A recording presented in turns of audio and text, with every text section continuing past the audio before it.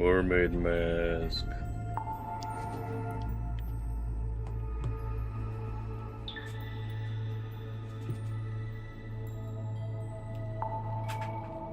I've been waiting for this game so long.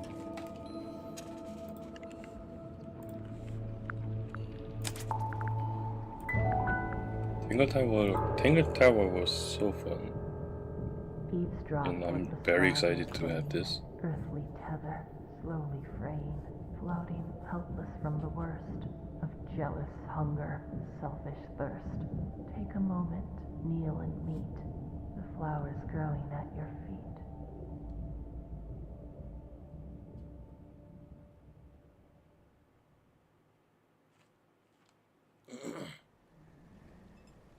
What I'm wondering is, is it gonna continue from the end of the Tangle Tower?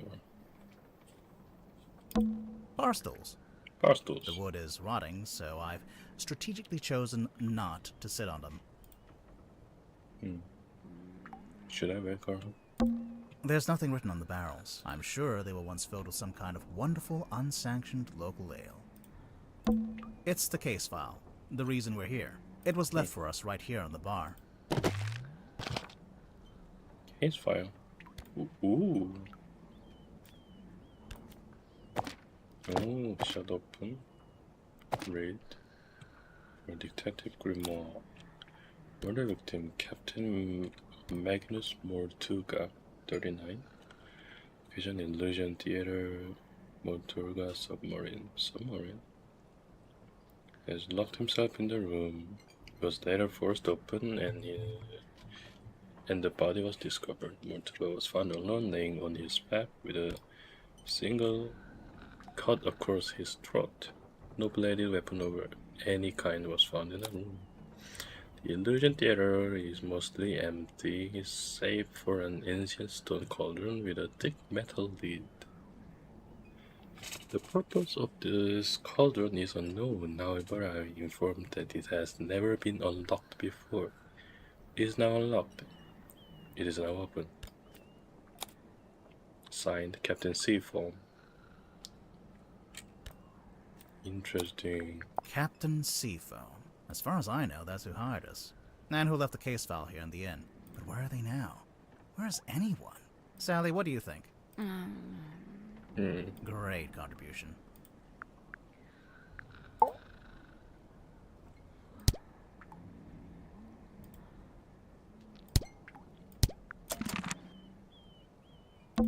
It's some book Sally's been reading. She insisted that we bring it with us, although I'm not sure why. Hex of Helmsman.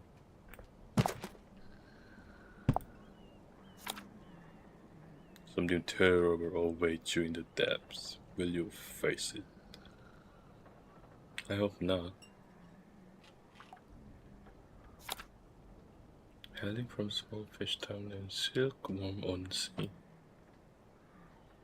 Oh.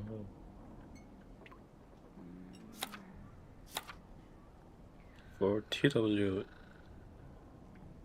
Elvis, for imparting upon me what it is to love the art of writing. What's that saying? Something. Hex of the Helmsman by J.D. Worman. Looks like Sally's read through it a couple of times already. I wonder what's so interesting about it. Fishing trips. On board the Dearest Selena. I'm guessing that's the name of the ship. Enquire with Felicia Stonetop at the bar, or with Sylvia Seafoam at the harbor. A crab. You know, just in case anyone missed the overt nautical theming. They make such a good game, like it's a everything. Painting of a sea serpent. Wait. Is it a serpent if it has legs? What do you think, Sally?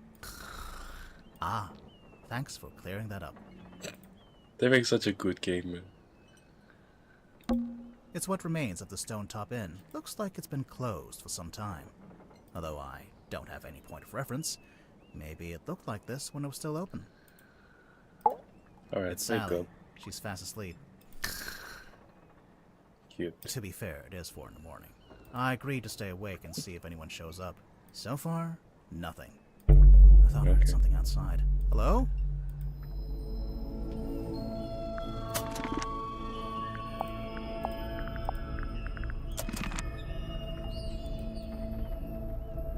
You're Sally, getting... wake up. We have to go. Why?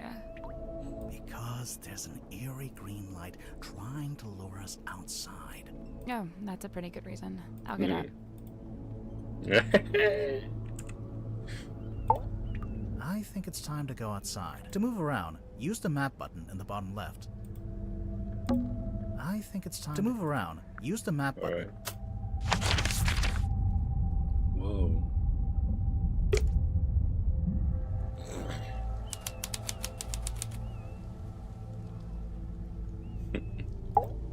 Are you awake? Are you awake? I thought I was, but maybe not. Maybe this is my dream. It's not a dream. That's exactly what Dream Grimoire would say. Yeah. Dream Grimoire.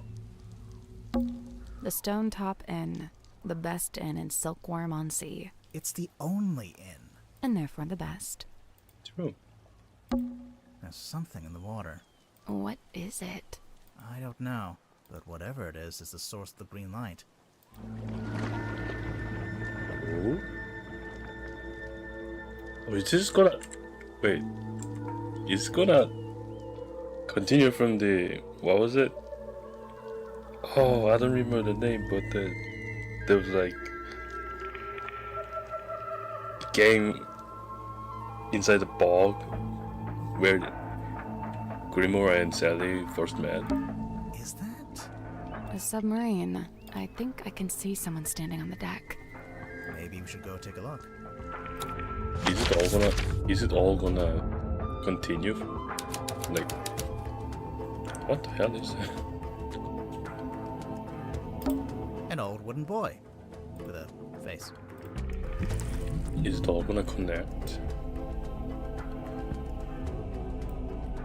This is where the green light was coming from. I noticed it started to fade as soon as we stepped onto the deck. So it's a buoy that doubles as a lighthouse? The opposite, really. A lighthouse warns you to stay away. But this thing lured us in. Look at her. Look at her sideburns jiggling. Mesmerizing. There's nobody here. The door's open, though. Somebody must have opened it after the submarine surfaced. Does that constitute an invitation? Yeah. Hold on.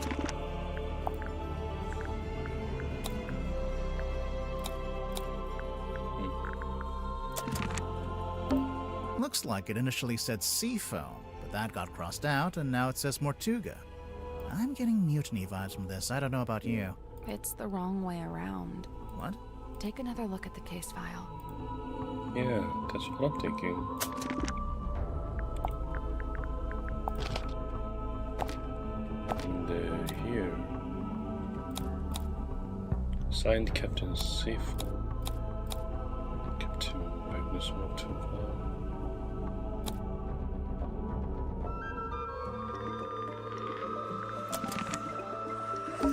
Looks like it initially said I'm getting mutiny vibes. It's the wrong What? way. Take another look at the case file. Mortuga is the one died. An old rowing boat. Or what? Or it only has one oar. Oh, They're there's stupid. nobody The here. door's open though. Somebody must Does have. that constitute an invitation? Does Does somebody- that constitute? Ready, Sally? Voice acting is so What did you say? Huh? I didn't understand what you said. I didn't say anything. Oh, weird. Are you okay? Yeah. good. Like the way they make this game is so good. I don't know. I feel like I'm What's at the bottom of the ladder? saying the same thing over and over again, but it's just that good. I can't see. It's pitch black. Should we go back up? Wait, I think there's a lever. Ooh. What's causing in here? This is the weirdest submarine I've ever been on. And the first? And the first. This is the And the first. What kind of I submarine guess has this is what lights up the room when you pull the couches switch. and I wonder what they burned to make it pink. Whoa. ceiling lights? What is that? Oh. Her. Who is her? That's ominous. I love it. The candles are actually lit. Oh. Some of them, anyway. I'm guessing this place hasn't booked its quarterly fire safety inspection. It's like an old-fashioned drawing room. I don't see any drawings. It's short for withdrawing, as in you withdraw there after dinner. Oh. I actually never knew that. Wait, what? It's like an old-fashioned drawing room. Huh. I don't see any drawings. It's short for withdrawing. Really? I actually never knew that. Is that real? A glass of wine. Ominously left half finished. Maybe the wine was corked. Ominously corked. Yeah. I cleaned the couch. What? What? If we end up having to stay the night. Sally, we are not staying overnight on the murder submarine. But I Murder brought my submarine. toothbrush. There's an old-fashioned speaker mounted on the wall. It's playing spooky music. It's the kind of music you'd hear at a fancy party for vampires. I hear it. But the vampires are all wearing masks, and there's one guy who's secretly not a vampire, and... Sally, this is the lever you pulled? Yeah, so leave it alone. I don't want it to go dark again. It's like an old-fashioned... I don't see any drawings. It's short for... I actually never knew. Oh, I think this something door on the leads into wall. the control room. I want to go into the control room. Well, you can't. It's locked. What is it? It's taped up on the other side of the door. Other side of the door. You don't need to come in here. The crime scene is one floor you down at the don't very need to back come of in the here, submarine. it says. I definitely needed to go in there. Captain Seafoam. Captain Seafoam. Thanks for the directions, I guess. Do you get the sense that the captain is hiding from us? Yeah. Why would they do that? Yeah, why would I do that? Let's see. Well, let's head to the crime scene first. So, this is a hall. A weird looking hall. It's a This is big true. metal statue of a serpent. There is a cabinet built into it, but I think it's locked.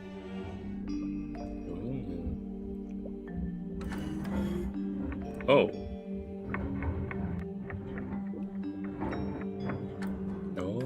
Oh, I know what to do. 3.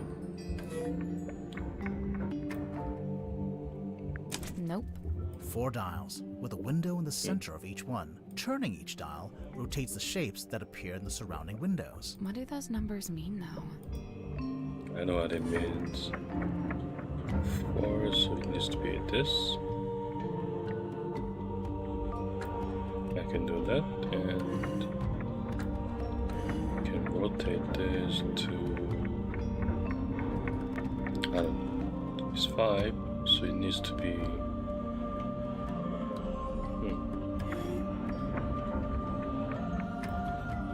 nine.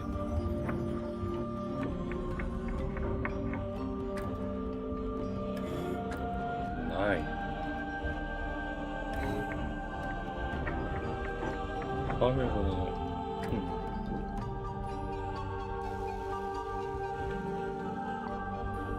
maybe I'm thinking this wrong.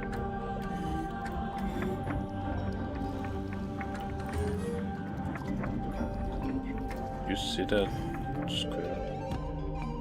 Okay. It's 3, 4, so I move this to 3. And I put this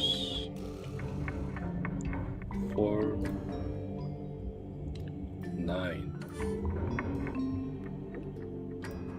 That should work. There we go. There we go. Nice! The little cabinet opened. Anything in there? There's tablets, sub-tablets.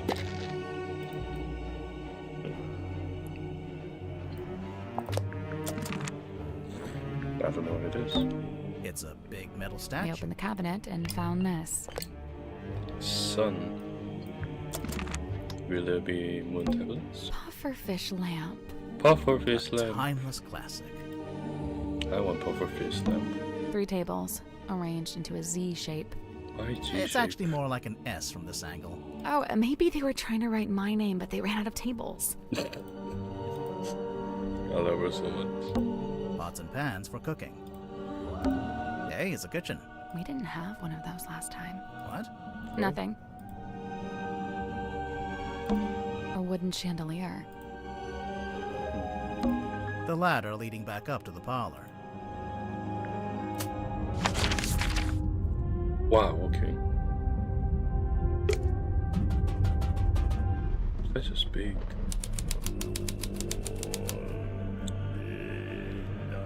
Oh. Elephant in the room. So, this is where Magnus Mortuga died. It's just like the case file said. So He many landed on his elements, back honestly. with a cauldron at his feet. That's a cauldron. He was killed by getting cut across the neck, right? Yeah, you can see that's where the blood came from. But there's no weapon, no knife or anything. Nothing. There's a little broken bottle on the floor. I'm guessing Mortuga dropped this when he died. There it is, moon bio. This one's liquid though. Spilled purple liquid has a subtle botanical scent. Someone's taped a drawing to the wall, although it's upside down for some reason. I think it's Upside supposed to down. be a poster.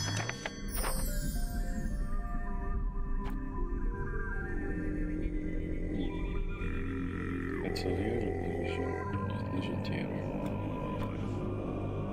A lady up there looking glass. Why is it upside down?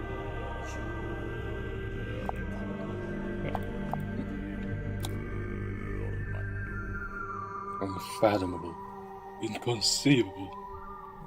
Book ticket. The stool's been knocked over. Doesn't it look familiar to you? Sally, it's a standard wooden stool. I don't... I don't know actually. There's a cloth hanging up on the wall. Some kind of stargazing girl.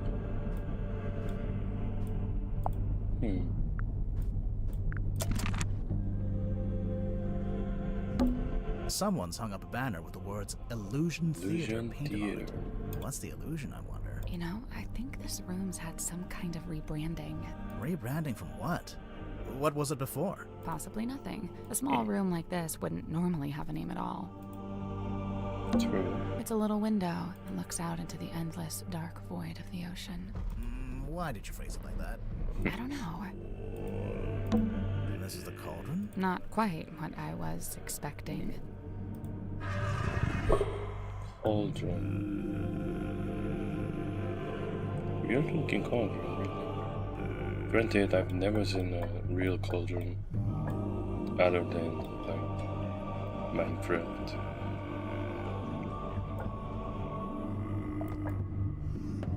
Gear symbol on the lid.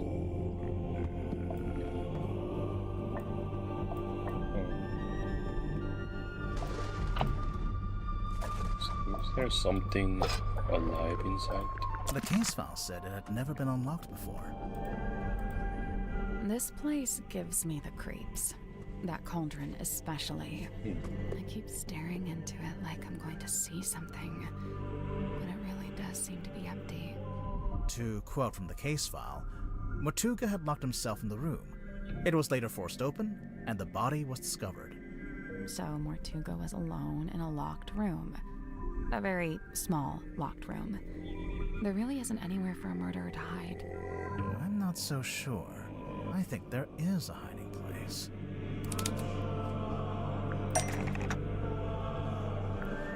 The cauldron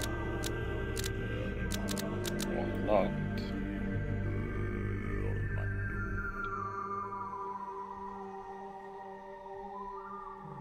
longer. Captain Magnutuga unlocked the cauldron and was killed by what was inside. Magnus Mortuga unlocked the cauldron and was killed by what was inside. I really don't think a person would fit in that cauldron. And didn't they say it had never been unlocked before? If that's true, there couldn't have been anyone in there. Right, I agree. I don't think it was a person. Then what? I don't know. But you have to wonder why it was kept locked in the first place. I'm guessing there was something pretty bad in there. Look, Mortuga died from a cut across his neck, not from some vague paranormal entity. Unless you're suggesting it was a vague paranormal entity with a knife? Did you get a good look at the inside of the cauldron? There was something I noticed. Scratch marks. The scratch marks.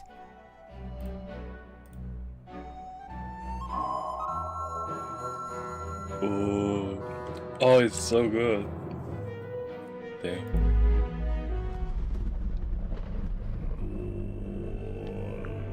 Alright, let's look around then.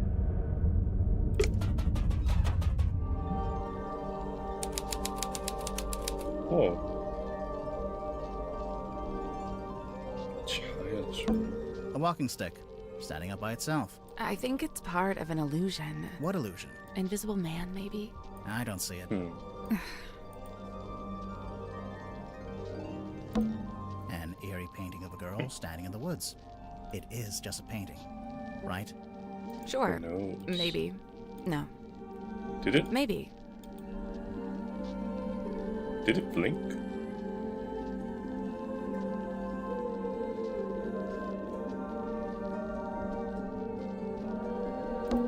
An eerie painting. It is just a painting. Sure. Maybe. No. Maybe. Am I going crazy? It's a magic Already? vanishing cabinet. I think it's just a wardrobe. Let's take a look inside. Oh, it's empty. It definitely blinked. Vanished. It's a seahorse rocking horse. I love her. I love her voice actor so much. Oh, can I ride it? I don't know. Are you a small Victorian child? Yes. It's a wooden chest. What's all this stuff on the top? So goofy. What is this? Jennifer and Margaret gaze jealously at Patricia, whose doll is neither too large nor too small.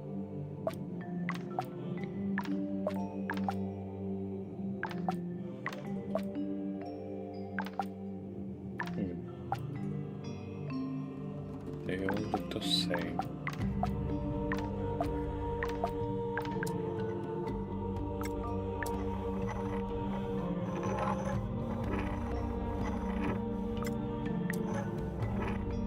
What makes this small? Does it make it? Oh.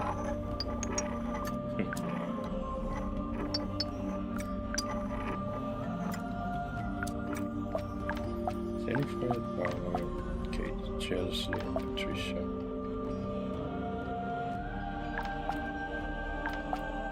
I'm thinking it goes like this and big doll, small doll. They gaze jealously. Patricia. Hey, I did it. I'm impressed. What I say? It opened. Genius. What's in there? The fucking eyeball. You. Huh? Something's stuck in there.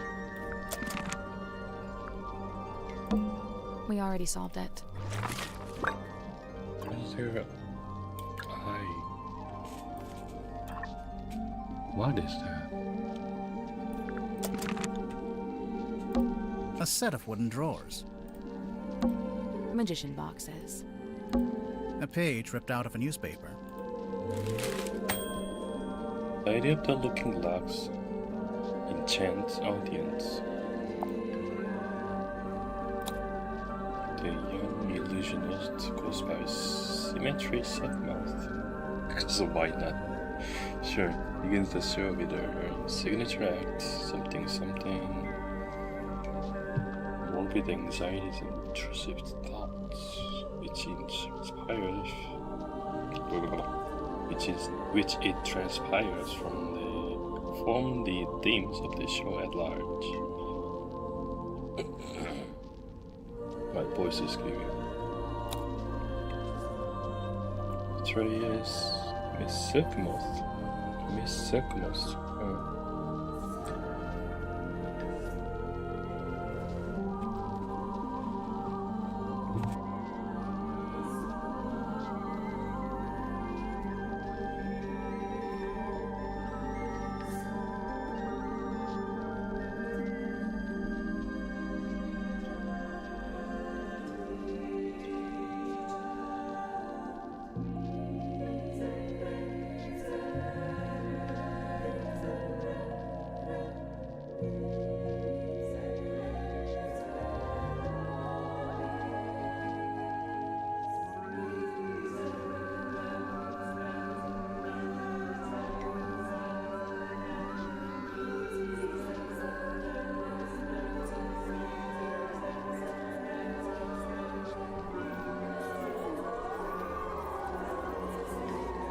Excuse me, I'll interrupt it.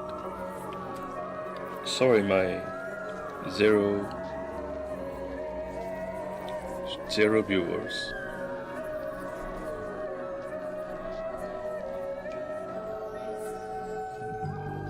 Anyways, what was it doing?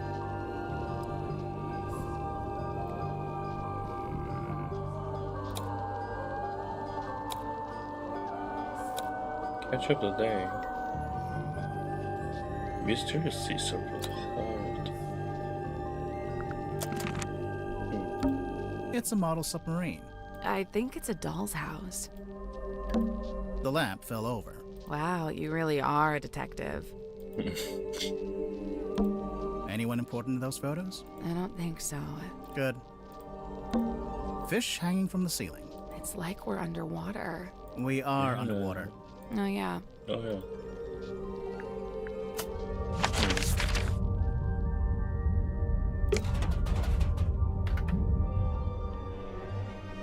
Oh. Hello? Who solved the crime? We're doing it. Did you talk to Sim yet? Sim? Same. Sim! Symmetry! Where is she? She'll be in the room nearest the illusion theater. The child's room? The one with that weird painting. We checked in there. Yeah, no, there's no weird painting in that room. Just a What? weird girl. Tell her to knock it off and start taking this seriously. I knew it. Okay. Check the other rooms first. Oh. People. Sir, if you have a minute, I'm Detective Grimoire, and this is Sal. Two detectives, one short, one tall. Tried and true. Hey, I'm really not that much shorter than But which of you is the funny one? I'd say it goes back and forth. You still haven't told us who you are. The name's Werman. J.D. Werman. He's an author. Author, Yeah. journalist, let's see, what else? Famous, successful, some kind of genius, even. Oh, sure, that's why I got myself trapped in the murder submarine. I know who you are, Mr. Worman. I've read your book. Oh, joy, your fans. Of all the places. I never said I liked the book. Maybe I hated it. There's no way you hated it. The arcs are too tight. Each chapter leads to the next, beginning, middle, end, and bang, not a line wasted. Damn, he's right. So, Mr. Werman, you're a famous The author. writer, I guess. That's what they tell me. How did you end up on the submarine? I came of my own volition. Why? I wanted somewhere quiet to work on my next novel. Minimal distractions. Not saying it's worked, but You're writing a sequel? trying to. Trying to. Hang on. A sequel to what? Grimoire, are you not paying attention? The ex of the henchman. Ah, there she is. benefactor and burden. Christian Kate Publish. Sally, how did you know to bring the book with you? Because Mr. Worman's local to the area. It says so right here. Hailing Oh. from a small fishing town named Silkworm on Sea, J.D. Worman moved to the big city to write his first novel. My Oh. publisher wrote that. It's quite true, but she made it sound so saccharine. So you're from the town, you moved away, and then you came back. Now, see, you've gone too far in the other direction. That's too utilitarian. I get going back to your hometown for peace and quiet, but then to end up on the submarine. How did you even find out about it? Did you already know Mortuga? Oh, I knew of him. He's a figure of some infamy, submarine included. In fact, it was good to finally put a face to the name after all those years. He knew Mortuga. So, how'd you like living on the Mortuga submarine? I will say the whole place is dripping with human narrative stories practically leaking out of the walls. It's also a lot noisier than I thought it'd be. I couldn't have guessed Mortuga would basically be running a bed and breakfast down here.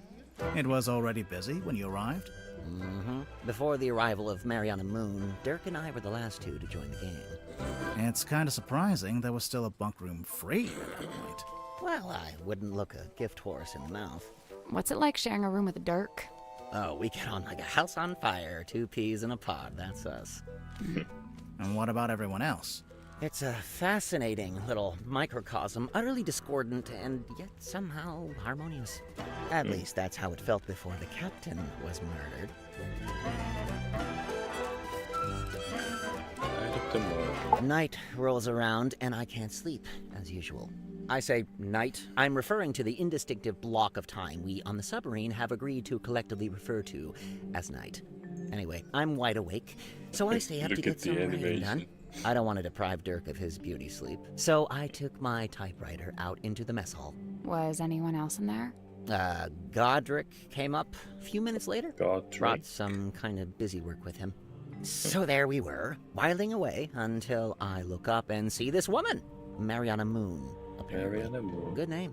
Probably fake, but good. She got straight to work trying to extract my entire life story, but then Mortuga shows up and we all go quiet. The guy looked miserable, and he passed straight through the room like a ghost. But before he leaves, he asks us to show Mariana around the submarine. I really didn't have the energy, so I made an excuse and left. I slept for barely an hour before a big jerk wakes me up. I'm not talking about Dirk. I mean, the submarine, it moved, tilted. Anyway, I tried to get back to sleep, but no. Now there's a scream. Dirk and I follow the sound all the way down the corridor. Symmetry's frozen in place in the doorway at the end. And behind her, Mortuga, dead, laying in front of some ancient stone cauldron. The lid of the thing flung open, like something had just burst out of it. The whole scene was otherworldly, like a painting. Then Madame Tadpole arrived, with just about everyone else trailing behind her. Tadpole brought everyone with her. So, she already knew about the murder. From what I gather, she discovered the body and then left to go get everybody else. And you know, I really didn't want to get in her way, so I returned to my room to await further instruction. Did you go back to sleep? No, I couldn't. I went back to work. Figured I'd be better off keeping busy, you know.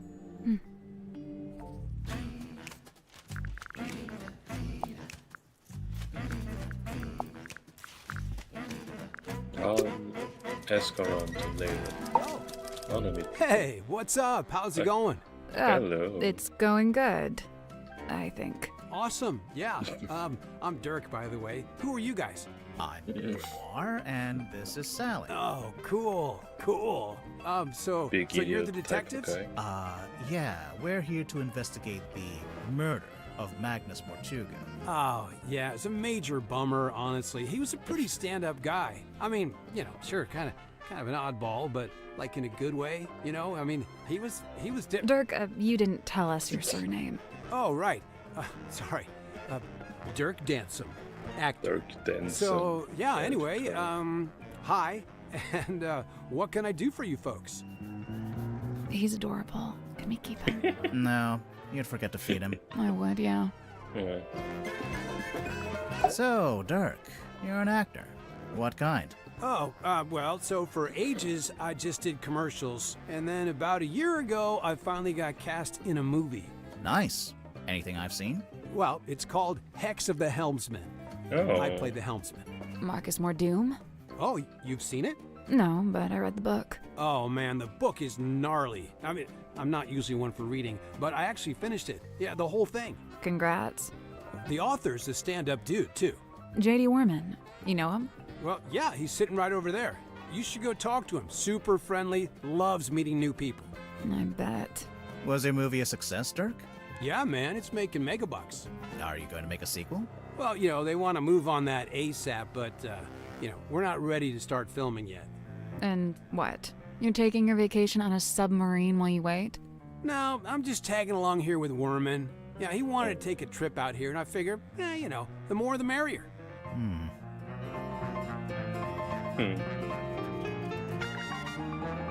What do you make of the Mortuga submarine? I bet they're Man, dating. this place is wild. It's like something out of a weird old book. Nobody back home is gonna believe any of it. How do you like living here? Honestly, mixed bag. So I love meeting all the weirdos that ended up down here. All kinds of people I'd normally never rub shoulders with, But man, is it dark. I mean, there's no sun, no day, no night. You barely He's even from feel the time California. passing. Listen, if you're not careful, it'll get you. No, for real. You seem to be holding out. Ha, well, thanks. So far so good. How long has it been? Worman and I arrived a couple of weeks ago. We're the most Couple of recent weeks ago. arrivals, aside from Mariana. It's lucky they still had this room free. You ended up with pretty nice living quarters. I guess. I never really thought about it. Dirk, you're basically just a passenger, am I right? You don't have a job here on the submarine? Well, I set myself personal goals. Like what? Like, I was trying to find out everyone's Interesting. birthday. I got Oh. Cynthia's, Grips, Tadpoles. Oh man, that one took some doing. Yeah, she does not like to share personal info, let me tell you. Mortuga, though, brick wall. He would not give me the goods. They have such a great actors. I got woken up when the submarine did a weird kind of movement, like a sudden It's tilt. such a joy to It woke listen to Worman them. up too. So yeah, we were both sitting there, awake, not sure what's going on. At some point, I got curious what time it was, so I looked at my watch. But as I was looking at it, it freaked out. Oh, the hands moving all over, and like they were trying to point in all directions at once. If that makes any sense. Anyway, I didn't have any more time to think about it since then we heard the scream. Yeah, Worman and I left our room, went through the mess hall and towards the storeroom at the end. It was unlocked. Sim was standing in the doorway. Mortuga was on the floor, totally dead. I tried to help Sim, pull her away. Worman, though, he just stood there, staring. Like, didn't look away once. It was like he was trying to commit it to memory or something. Although, I don't think he noticed the person outside. Sorry, what? Outside the submarine. Yeah, I saw Outside? someone swim down past the window. I couldn't tell who it was, though. Okay. Huh. What did you do next? I wasn't sure what to do, to be honest. Luckily, Tadpole showed up a short while later, and she kind of took charge. Grip and Cynthia showed up next, then Mariana, then Zephyr. Tadpole wanted to know what had happened, but nobody had any answers for her. It was bad vibes all around. Sim and Cynthia left first, then Worman, then me and Mariana. We left around the same time. So, yeah, I went back to my room. Worman was there already. He'd gone straight back to work. And, that's all I got. Can I stop talking now? Let's see. It's some kind of doll. Sally. No. It's a collectible action figure. Same thing. Same.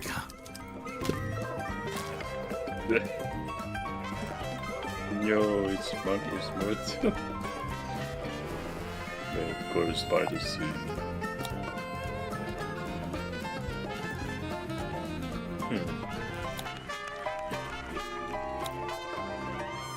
All heroes. One good thing about living in a submarine, every window has an ocean view. It's a punching bag. Why would you Looks have a like it's been punch? recently punched. What? Is that a tuxedo? You never know when you might have to go to a fancy party. What's this in the front pocket? It's a cell phone. It's locked. What do you mean it's locked? How can a phone be locked? Oh, it is locked. What is this?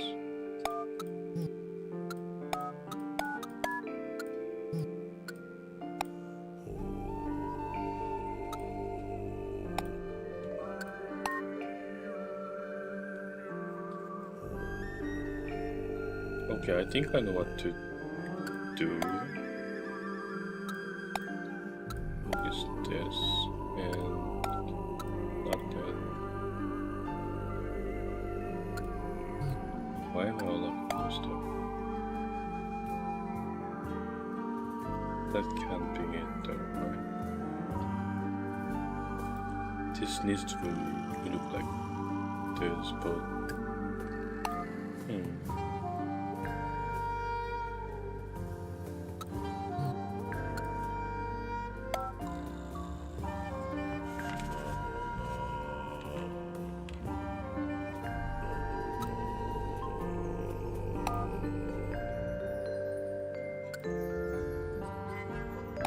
oh, yeah, I can do that.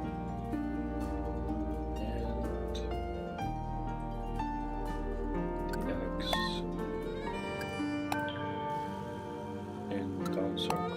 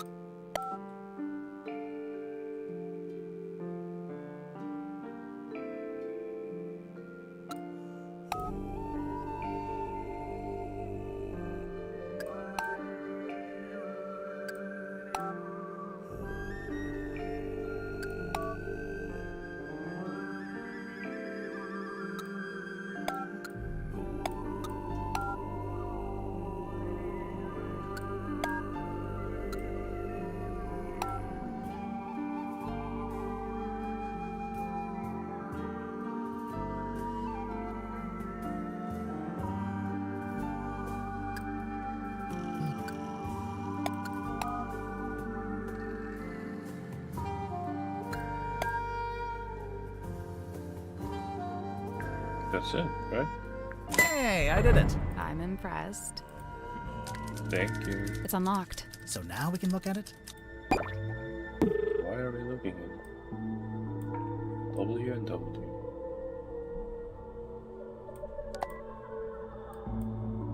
No signal and no battery. Welcome dark.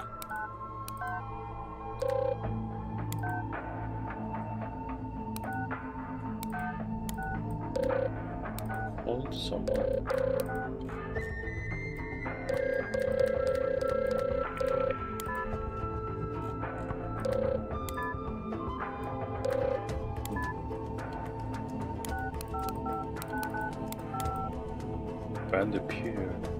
Bandapir? I think I remember the name. Bandapir. Where would you?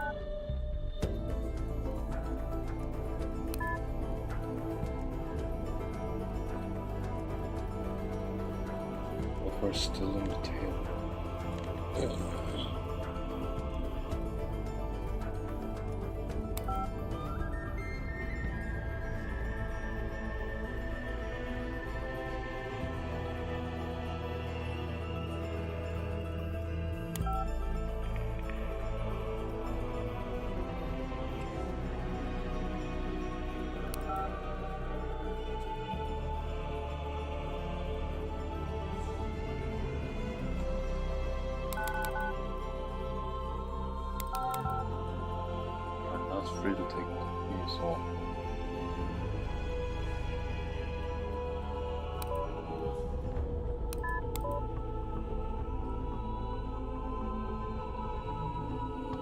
Bandit Pier. I know that. Was it? No, Bandit Pier. Wait, I'm gonna Google it. Because Bandit Pier.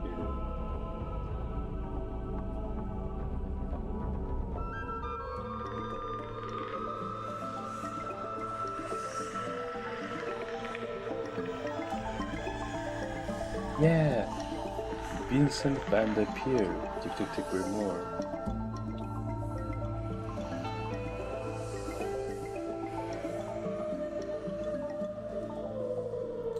It's from the Forest game. Yeah. It's some kind of doll. Sally, it's a collectible. Same thing.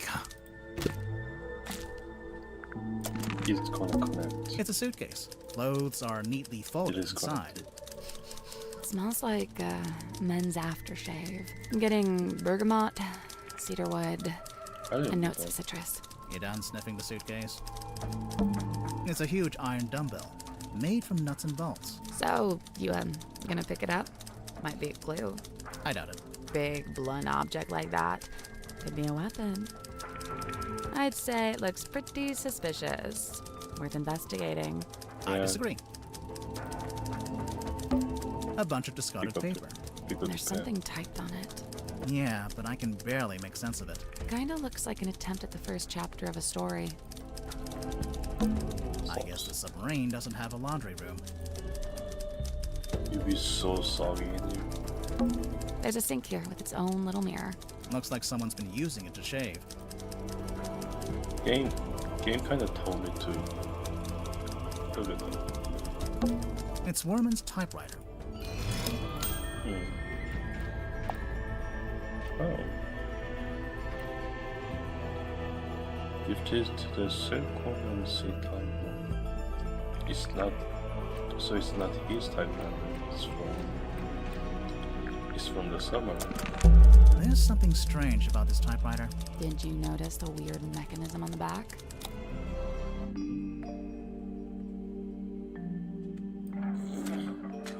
What is this? Oh.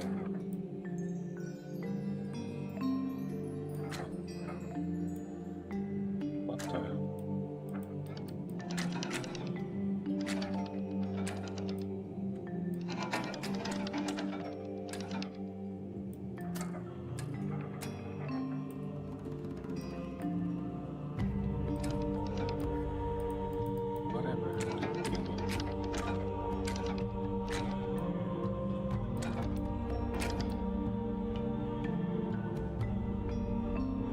Oh, I see. So this needs to be like this, and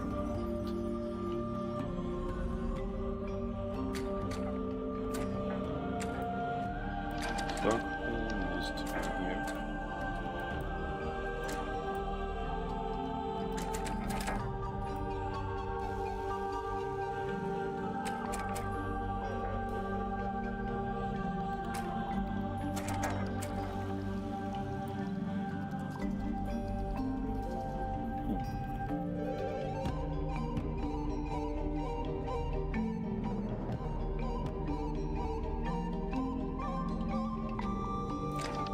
With this,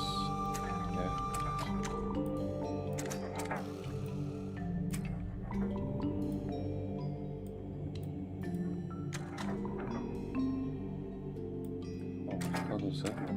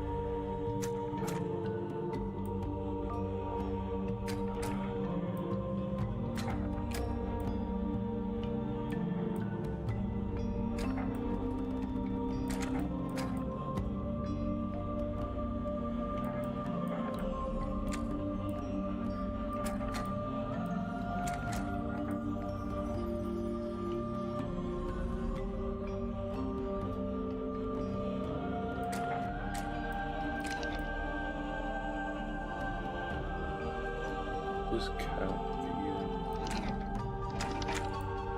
So,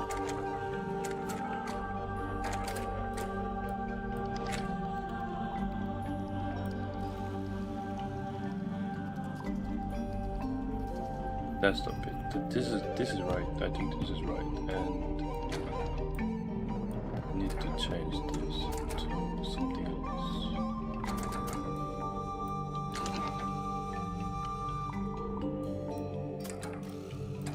What this?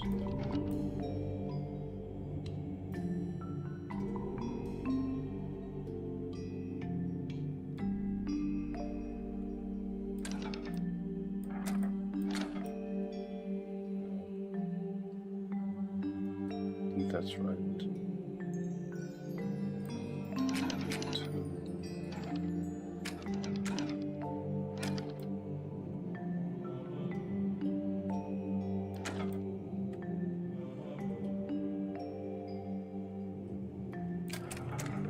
This circle needs to be here.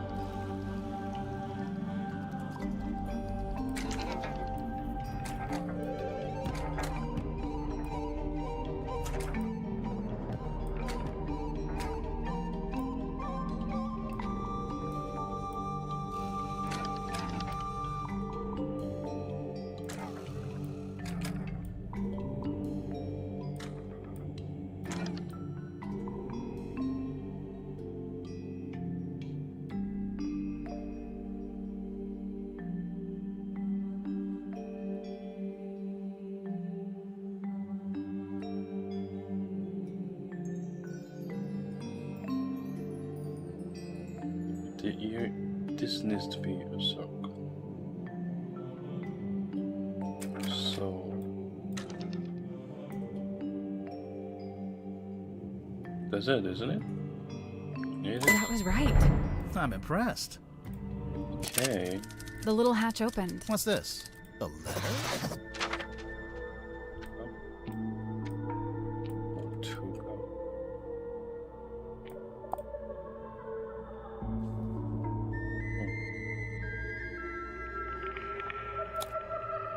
Just finished reading your novel. Indeed, some congratulations are in order. As I've been informed, it is turning out highly probably fit for you. However, as a fellow writer and fellow resident of Silk Womancy, I'm sorely disappointed in your lack of integrity regarding the socio-historical foundations of your story. TWA 변수는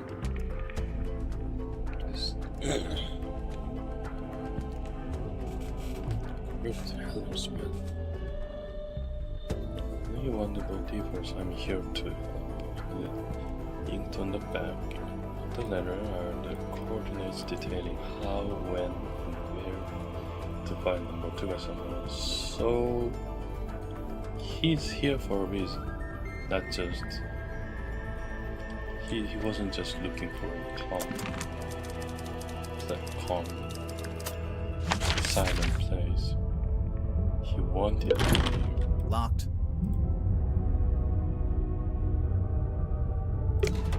Let's go talk to the weird lady. Yeah, I see now. Alas, I am outwitted. My paltry facade undone. I mean, yeah, I could see you blinking. We could hear you breathing a little bit too. Sorry. Bound are we by limitation of the flesh. Your symmetry, is that right? Symmetry Silk Moth, illusionist. And you? Are you not detectives both, in service to the captain? Pretty much, yeah. And should thou find me guilty, what punishment awaits? We don't really plan that far ahead, to be honest. Will we find you guilty? My heart is burdened heavy, true, but not from murderer's guilt. Okay, glad to hear it. Technically, she just said she isn't feeling guilty. She didn't say she wasn't guilty. So you're an illusionist. What kind of tricks do you do? My magic act is theatre-born and played upon a stage. Oh, like with big props? Smoke and mirrors kind of stuff? Smoke and mirror, crate and cage, doors and doubles both. How long have you been doing it? Since approximate 12. I'm now approximate 18. Approximate? My sum of years I cannot say. Time hath kept no count. Oh, okay. Do you only do big stage magic? You don't, by any chance, do any close-up stuff? Grimoire, she's not here to perform for you. Cast thine eyes upon this card. On its back an image clear, a duck or rabbit's form. Think hard and choose with steady mind, and I'll predict the course of fate.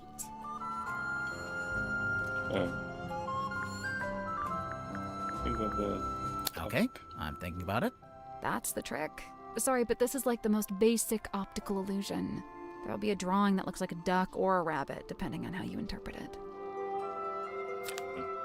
What does it say? That's the trick. Sorry, but this is like the most basic optical illusion. There'll be a drawing. Okay, I get it. Very good. Well done. That's funny. Is this your bedroom? My chamber shared with Cynthia Fair. Take a left down the hall. Oh, so this room is, what exactly? My place of toil. What are you toiling on? Many a thing, all a manner of things. Keeping busy, huh? I must remain of some use, lest I should become useless. What would happen then? Surely I'll be tossed into the sea, where I will promptly perish. Uh... Thereupon, my listless form becomes a meal for a passing sea turtle.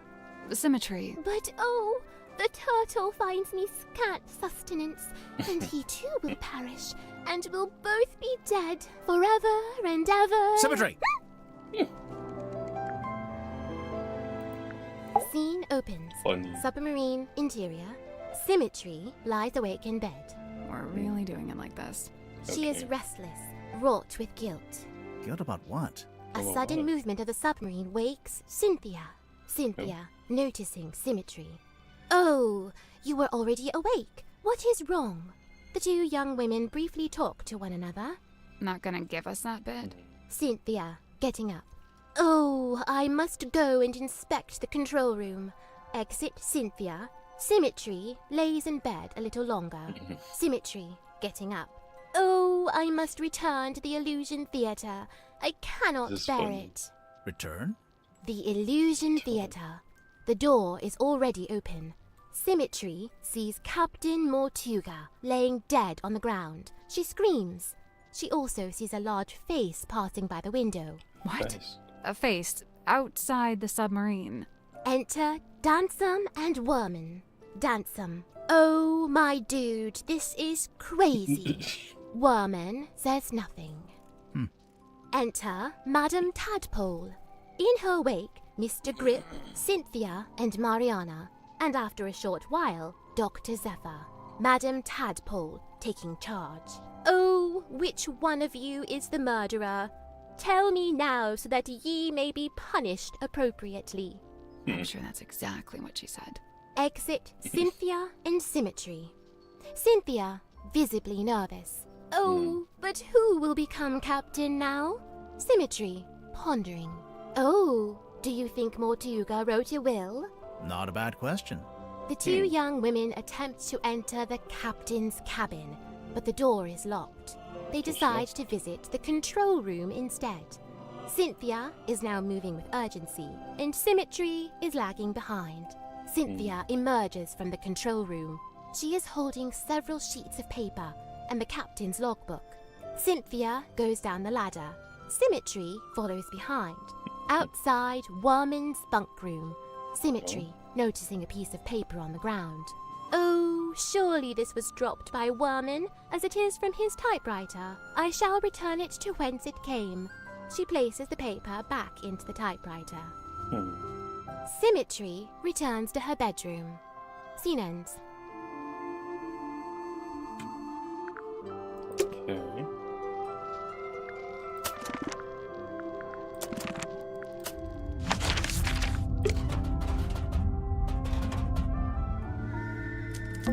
It's Worman's typewriter. We already solved the puzzle and found the handwritten letter.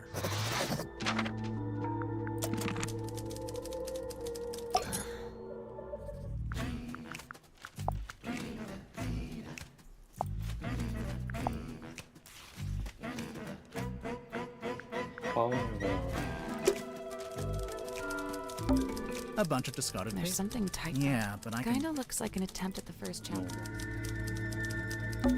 There's food lying around. Do they want rats? That's how you get rats. Sally, it's a submarine. Either there are already rats, or there are no rats.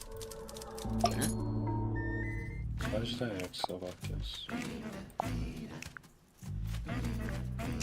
Maybe I can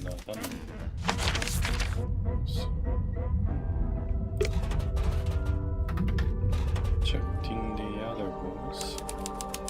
Here he is. That must be Lady Tadpole. Hey, it's me, Madam Tadpole. Yep, that's my Was she name. killed? First question. Go. Are you a mermaid, or what's the deal? Great question. Half mermaid. The top half, Half obviously. mermaid. From the waist up, all mermaid. And as you can see, I have the legs of an ordinary human woman. An ordinary human woman? Who happens to be an Olympic-level swimmer. Second question. Go.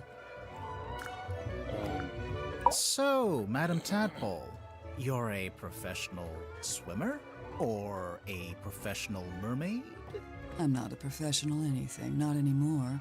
I'm done with all that. Do you have gills? Nope, it's a tattoo. Sorry to disappoint. It's cool. Okay. Why'd you get it? I've always been real good at holding my breath underwater, like scary good. The other kids used to call me Fish Girl. Ah, kids Fish can be girl. mean. I'd say they had it right. How come you're here on the submarine? Okay, so I like to go diving. In the sea, deep. Oh, like with an oxygen tank and a mask? No.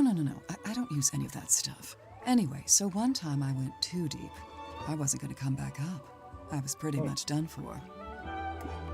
Somehow Magnus found me, pulled me into a submarine, and brought me back. I owe him my life. Wait, so are you from Silkworm? Were you living in the town? Nope, I'm from far away. Then how come you were diving into this bit of ocean? Oh, well, yeah, I was visiting the town. For work. What kind of work? Performance art. Kinda. Like I said, I'm done with all that. So, Mortuga saved you from drowning, and you just decided to stay?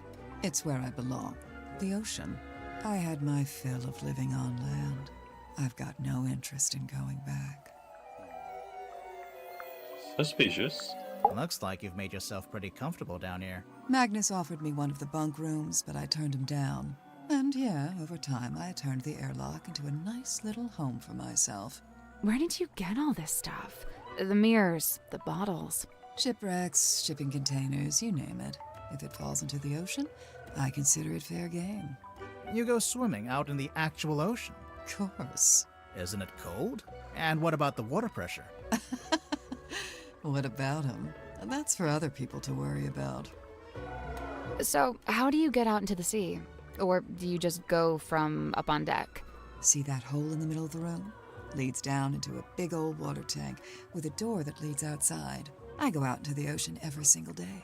Jeez, I'm impressed. Like I said, this is where I belong. How long have you been living here? I stopped worrying about times and dates. It doesn't mean much down here.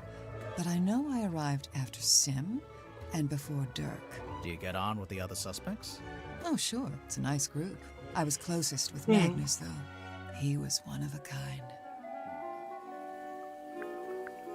I remember the sub did a weird kind of tilt. Don't know what it was, but anyway, it woke me up. So yeah, I'm trying to go back to sleep, but I can't because now there's all these footsteps outside my room. I get up and check outside. Nothing. So I check the bilge. Was anyone in there? No, but something's dripping into the water. I get a closer look, and it's blood coming through the drain that connects to the room above. So I head up there to check. The door's locked. I open it up. You unlocked it? How? By turning the wheel. So, okay, I guess it's not really locked. More like shut. Could anyone turn that wheel? Probably not. It takes some upper body strength. I go inside, and that's when I find him. Dead. Killed, looks like. I get angry. I'm out for revenge. I gotta find the guy who did it. So I run to the mess hall. Nobody. Climb up to the parlor. Nobody. Then I notice the hatch up to the foredeck was left open. Someone's making an escape, I think. Cowardly. I go up on deck. Nobody. I look across to the aft deck. Let me guess. Nobody. Nah, there was a demon. Yep. Glowing eyes, single horn coming out of the head, like an antler, kind of. Was it a person?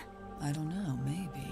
It was dark. I could only really make out the eyes, and it wasn't looking at me. It was looking out to the side, at the ocean, I guess. Then it starts talking. What did it say? No idea. Alien language. What? Okay, even I'm making notes now. This is the best statement we ever got. Oh yeah, there was this big green light. Not sure where it was coming from, though. It can't be anything good, I figure. Better put a stop to it. So I took one of the oars off the old rowing boat and threw it. Hard. Whoa. Direct hit. Its head came off, pretty sure. I saw it fall into the ocean. Suspect vanquishes demon with improvised javelin. After that, the green glow went away, so now it's too dark to see anything. I want to be sure, so I jump off the side and swim over to the aft deck. But nope, nothing. Then I dive down past the back of the sub to take a look around. Did you see anyone? No. No. How should I put this? I'm pretty sure I was being watched. Like I could feel something was out there with me. I don't know. Sorry. Did you ever find the head of the demon or whatever it was? You said it fell into the ocean. Oh, yeah. I did, actually. It was right there, floating in the water. Turns out it was this leather mask kind of thing. A mask? Like a full head mask, you know, kind of like a balaclava. Do you still have it? Nope. I took it back inside the submarine, left it right here in the airlock, and, it's gone. I think it got stolen. That's, disappointing. Tadpole, you didn't finish your statement. Right. I left the airlock, told Cynthia to gather up the others and come up to the storeroom. Zephyr was in the mess hall. I told him to come too. So I go to the storeroom. Dirk's there with Worman and Sim. Everyone else shows up shortly after. So, you all gathered at the crime scene. What happened? Nobody wanted to admit to murder, so it was a bit of a stalemate. Most of the others made excuses and scurried off. Zephyr, Grip, and I stayed behind. I guess we were the ones who knew Magnus best. That's it. Story's over. Get out of here.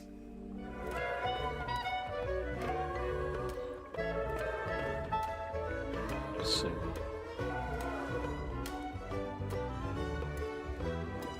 the head, the Dirk and Symmetry saw.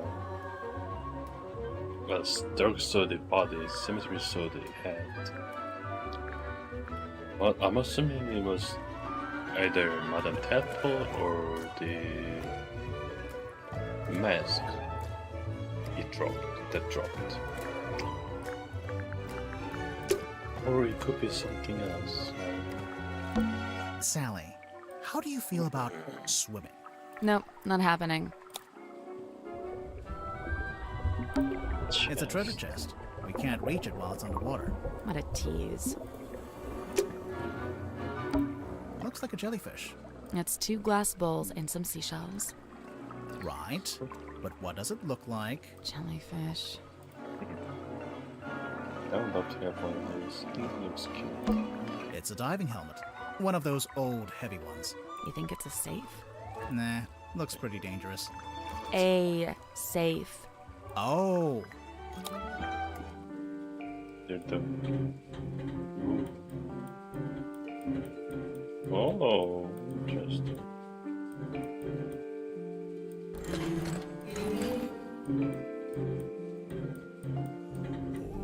So, what are we looking at?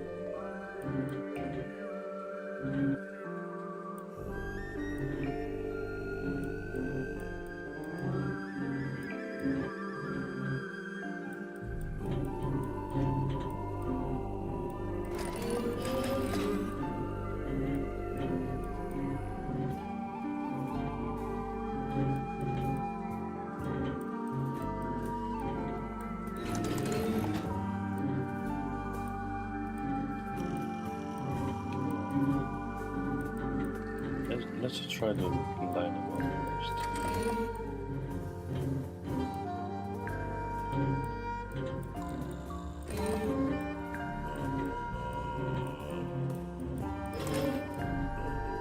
We just down. Oh, this doesn't have. This is a different symbol.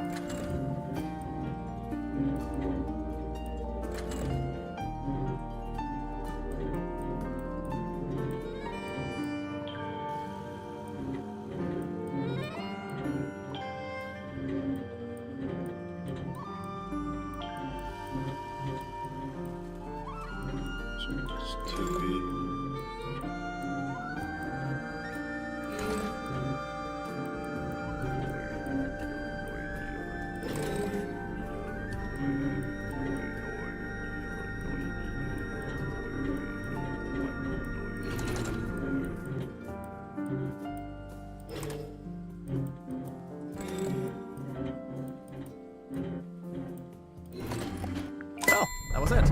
Nice work. What's inside? Simple. What is that? It's WW.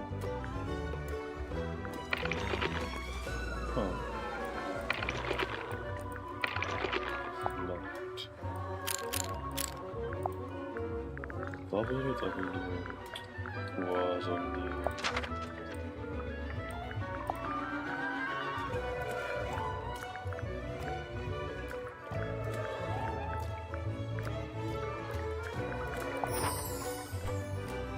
there somewhere. I remember seeing them.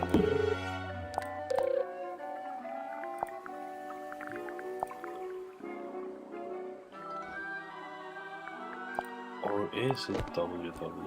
Could be MM.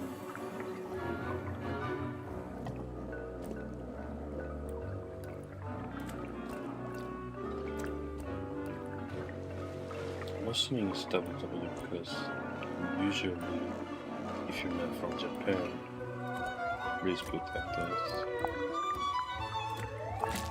WW.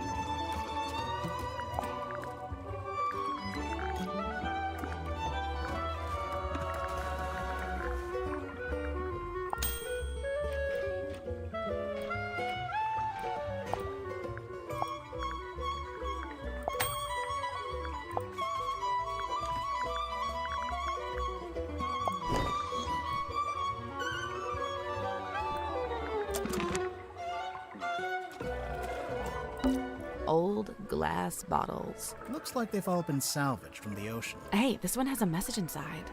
Message on Horse in the cauldrons.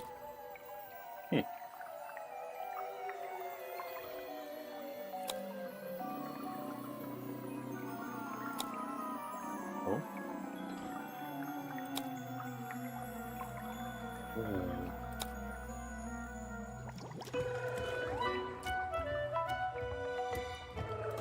That's the crabs.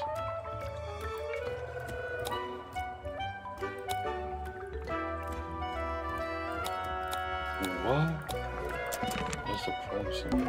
That's a big mirror. It's the kind of mirror you'd walk through to get to Mirror World. You've been to Mirror World? What's it like? On reflection, it's not that great. Well, Yeah. man. We can't get in there right now.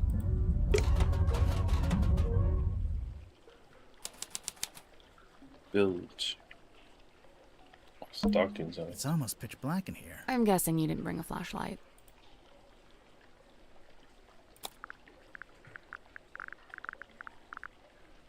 Oh, no, no flash.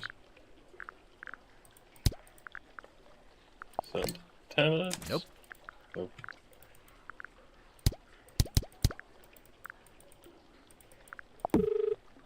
We can use Dirk's cell phone. Do you think he'll mind? Probably not. Ah. Point it here. Here? No, not Like this? Lol. You're doing it wrong. Point it over here. Over here? A switch. See? I knew what I was doing. Dumb luck. It looks like some kind of dial. What is this? Oh.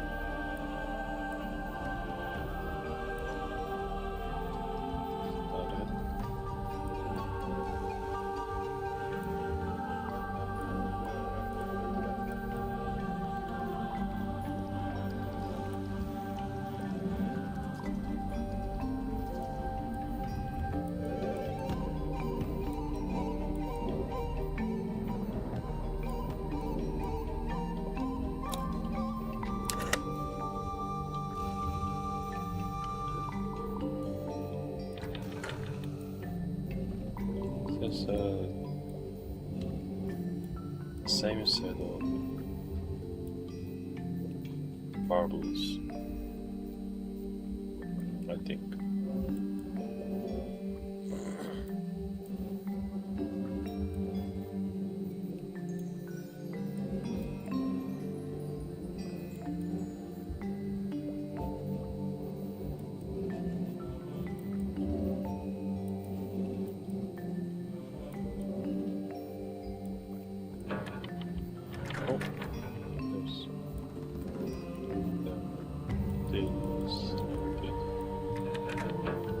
Got it. Nice work. Oh. So, the bilge collects excess water, Sure. meaning water is getting into the submarine from the outside? Best not to think about it. Yeah, this room smells like rust and dirty seawater. I kind of like it. I knew you were gonna say that. You always like the worst smells. What is that? I have no idea. It's some kind of strange device. What should we call Space it? gun? What? What is this? What's this? Ivy plants. We are theft tool.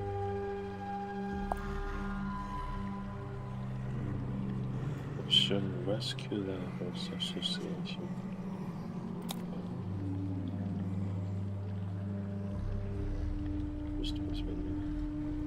Diving high pressure. Shows a rescue diver. A glass bottle. It's just trash. And don't be so quick to dismiss it. One man's trash is another man's... Oh, yeah, no, it's just trash. The light is coming through an open drain in the ceiling. A drain in the floor of the room above, you mean? Literally the same thing. So, the bilge, Sure. meaning... Best not to think about it. Yeah, this room... kinda You always like the worst.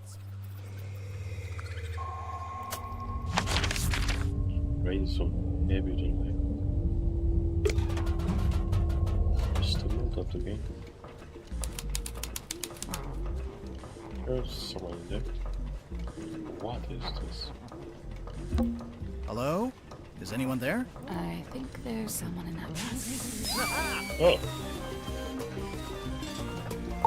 Well, What on earth are you doing? Customers, come in, and welcome to Mr. Grip's Emporium. Wait, what? Mr. I guess he's Mr. Grip. What's that? You'd like a succinct yet exhaustive rundown of our operational philosophy? I don't think I said that. Here at Mr. Grips, we plot the unplottable, chart the unchartable, and measure the unmeasurable. No sea too vast, no night too dark, no fog too thick. With the right contraption in your pocket, even the great unknown may be quantified and calculated. So fret not, noble navigator, as we stock all the essentials. It's an actual shop? Huh? I'm sorry, you can't afford this item. I don't want it. Hello? I'm afraid you don't have enough money. I know! I'm not trying to buy anything!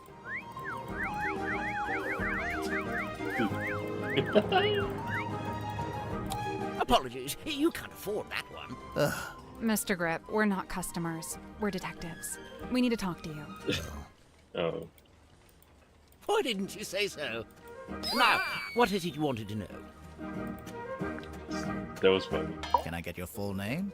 Godric Grip of Mr. Grip's Emporium. And that's this little shop you run down here in the engine room, for some reason. This is merely the newest branch. The flagship site is back in Circuum-on-Sea.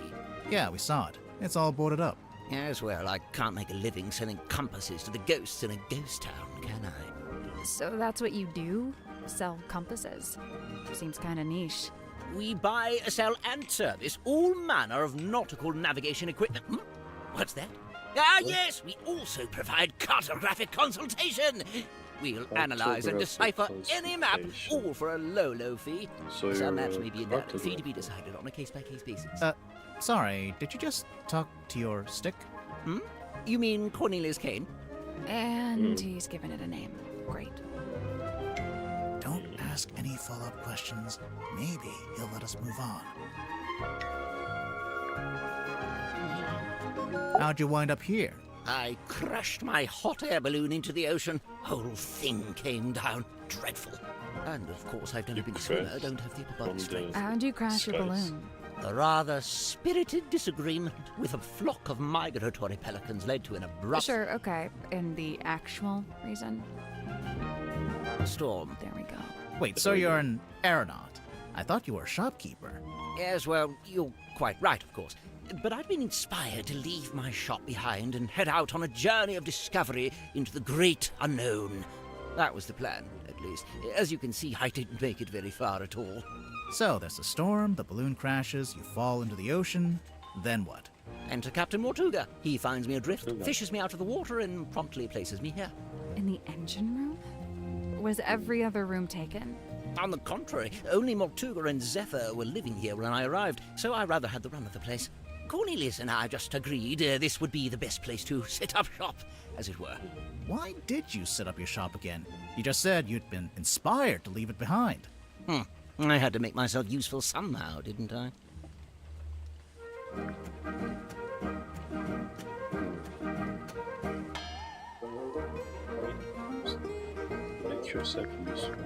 Let's see. I'd taken Cornelius up to the mess hall. Poor fellow needed a little repair work, you see. Were you alone up there? Aside from Cornelius, I mean. No, Worman was there, working away on his typewriter. Then, all of a sudden, somebody new came down the ladder. A woman by the name of Mariana Moon. Worman and I conversed with her for a few minutes before Mortuga himself entered the room. He passed through towards the child's room and the storeroom, but before he left, he asked us to provide Mariana with a tour of the submarine. Worman feigned a sudden fatigue and slithered off back to his room, leaving me as the solitary tour guide. You do kinda look like a tour guide, to be honest. Yes, well, I won't bore you with a blow-by-blow. I'm sure Mariana will cover that in her statement. Suffice it to say, we ended up in the bilge at the very back of the submarine.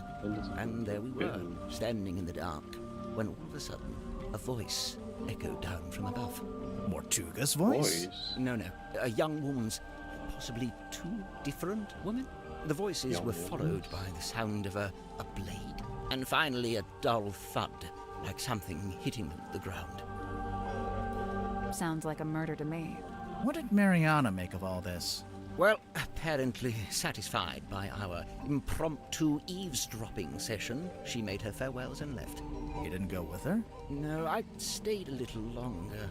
Did you hear any other weird noises? I did. First, the sound of the storeroom door wrenching open and then closing again. Secondly, some kind of short, heavy scrape, mechanical. And finally, a dull thud, like something hitting the ground. Sorry, again? How many murders were there? I didn't really know what to do with myself after that, but an unexpected lurch of the submarine caused me to very nearly topple over into the bilge water. So I decided to take my leave and return to the safety of my engine room. You didn't want to go upstairs and see what was going on? I certainly thought about it.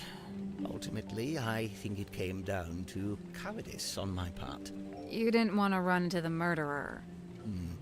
So, let's see. I was sat there, feeling rather pathetic, when Cynthia appeared in my doorway.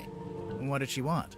Well, she had a compass she wanted me to fix. I agreed to take a look at it for her, but that wasn't the end of it. She then told me she'd been asked to bring me upstairs, along with everyone else. And so, after fetching Mariana from next door, the three of us went up to the storeroom. I saw Mortuga's body laying on the floor, saw the cut across his neck. The cowardice I'd felt before, compounded. Tadpole spoke to the room. She wanted a confession, or even just an explanation. It goes without saying that nobody was willing to offer one. Really, that's the end of it. After that, several things happened very quickly. Cynthia became captain, decided to bring in a detective. You two arrived, and here we are.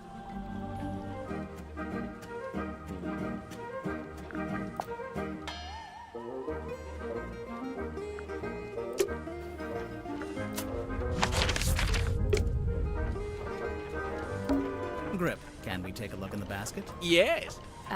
Will you be getting out of the basket? No.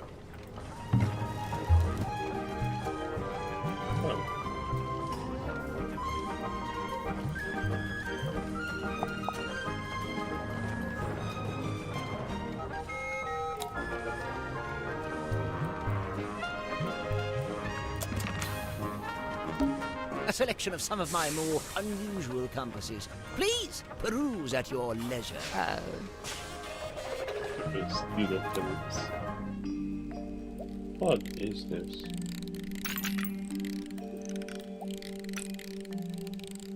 First print away all the others.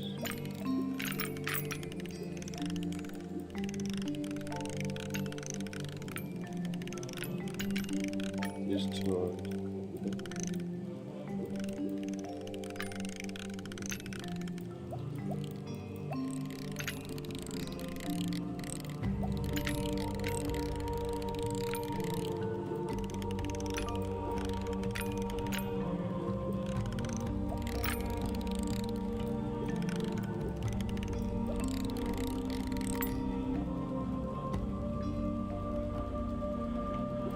There's a clock, I think.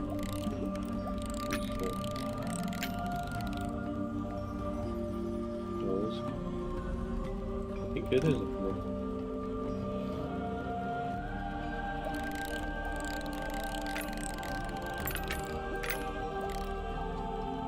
This compass doesn't want to solve this puzzle right now.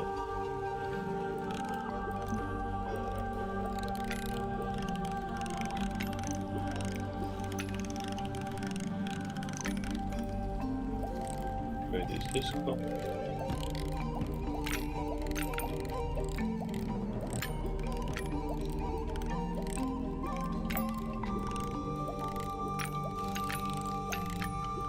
This is a clock.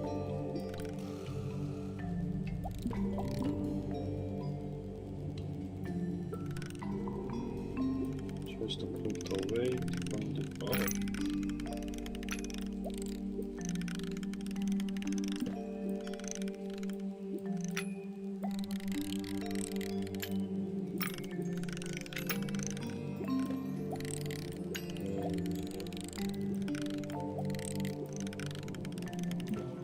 Nope. So there's 4 slots, and each one needs a compass to go in it. The labels are all describing a particular compass, I guess.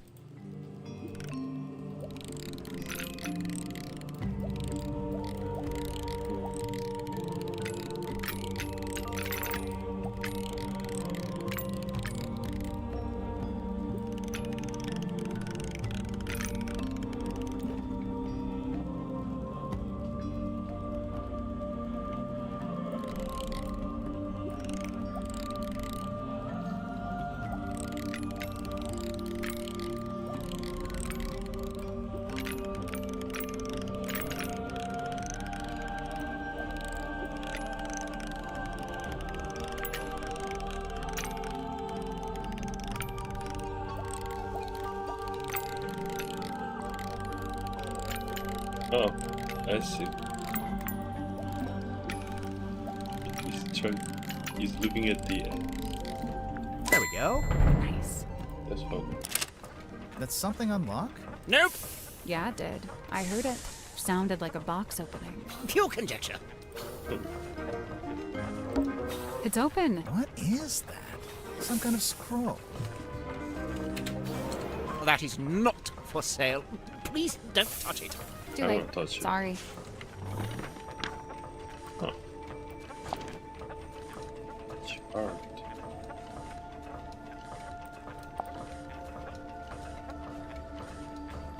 You know what this reminds me of? This.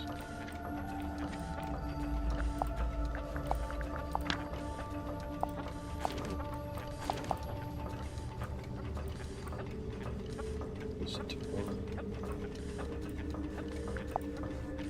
And that drawing. We already solved it. It's a big compass.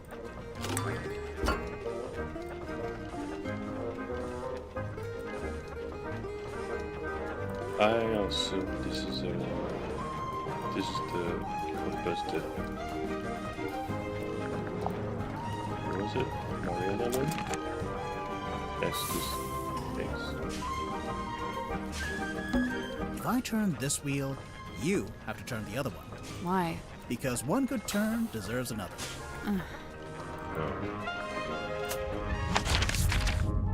Actually, what's up with the Who are these guys? Just some of my satisfied customers. Who are these guys? Just some of my satisfied customers.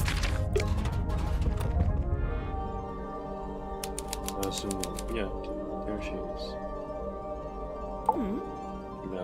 Weary travelers. Take a seat by the fire, shake out your boots. We're not weary travelers. Then why do you both look so haggard and trail-worn? Ouch. Trail. There goes my self-esteem for the rest of the day. We're detectives. I'm Grimoire, and this is Sally. We're here investigating the murder of Magnus Mortuga, your previous captain. My captain? Never.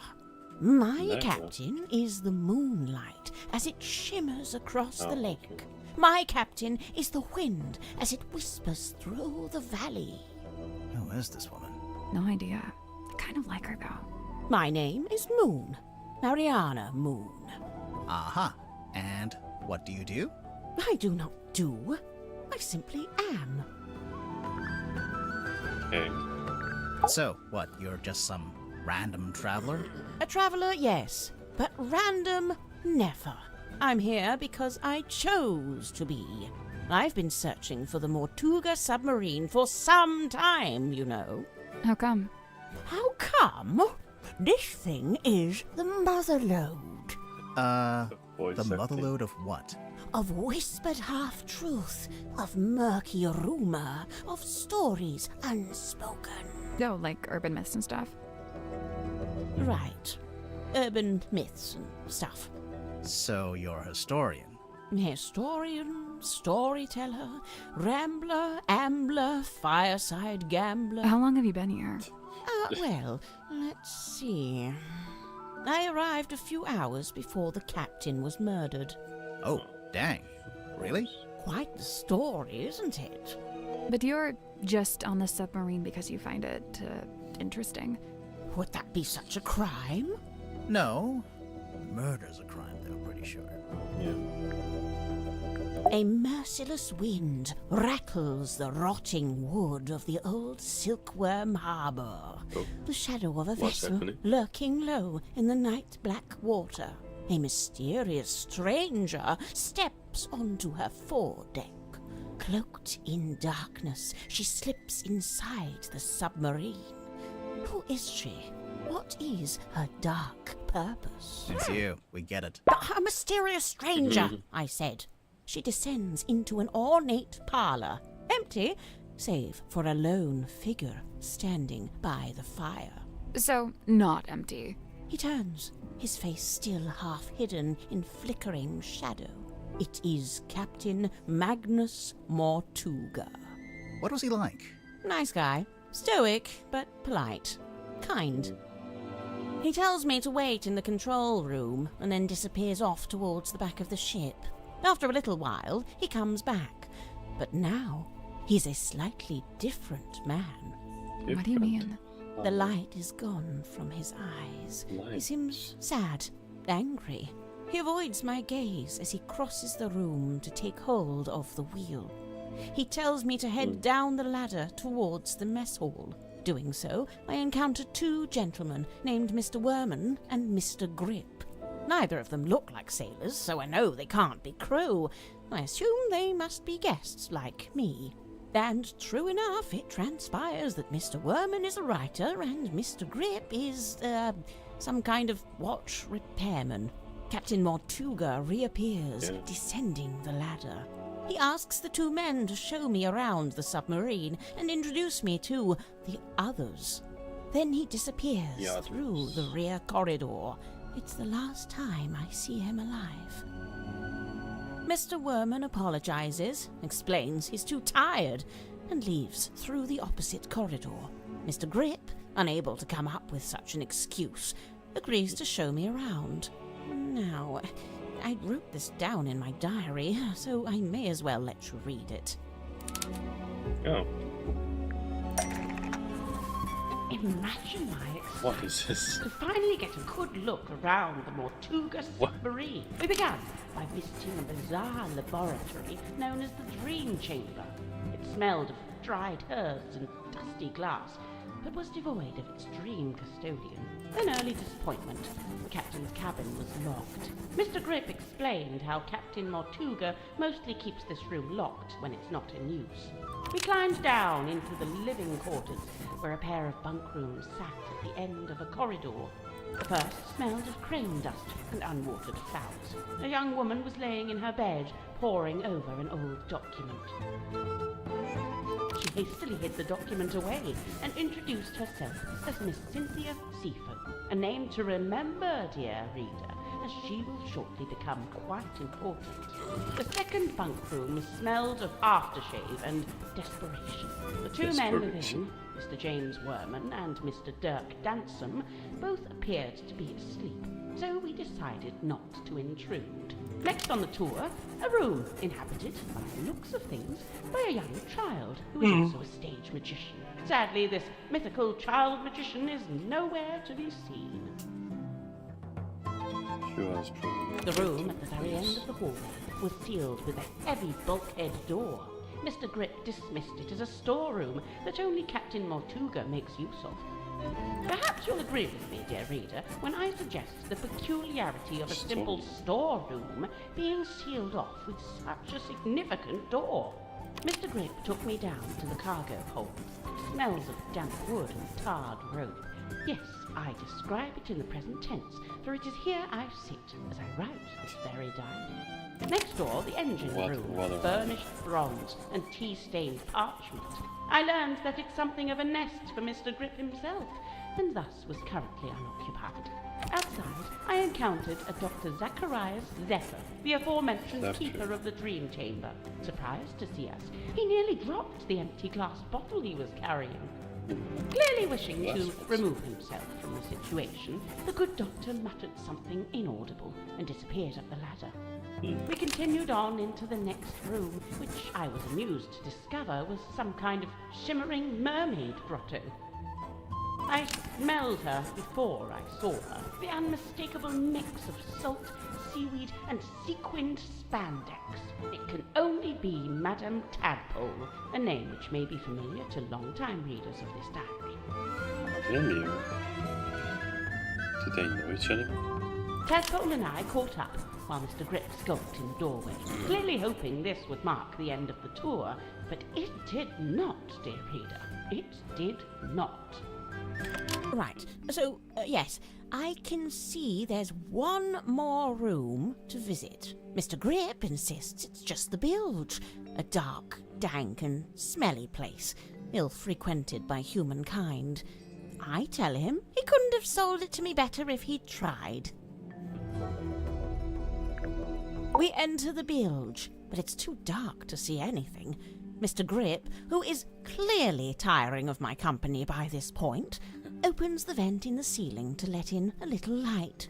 Moments later, a voice is heard, echoing down from above. Whose voice? A young woman, and then an older woman. I can't remember exactly what was said, but I remember thinking it sounded a little like poetry. What happened next? The sound of a scream, and then a dull thud. Oh. Yeah, that sounds like a murder. But which murder? Anyway, by this point I've used up all my, my patience. So I decide to take my leave. I thank Mr. Grip for the tour and return to my new lodgings in the cargo hold. I have to put up my tent twice, as on the first attempt, a sudden movement of the submarine undoes my progress. After some time, Mr. Grip and the young Miss Seafoam appear in my doorway. It seems they've come to fetch me for some kind of official submarine business. We head back towards the mess hall, Mr. Grip and Miss Seafoam heading up the ladder before me. I spot Dr. Zephyr emerging from the airlock. He has a glass bottle in one hand and what looks like an old leather bag in the other. He took the ladder. I update him with what little information I have and attempt to catch up with the others. Laying on the floor is the body of Captain Magnus Mortuga. Amongst the living, mutterings are breaking out. Murder and mutiny, cauldrons and curses. But with Zephyr finally in attendance, Tadpole calls for order, demanding justice for her slain captain. But nobody really seems to know what to say. The next morning, it's announced that Miss Seafoam has taken over as captain. And, well, here we are.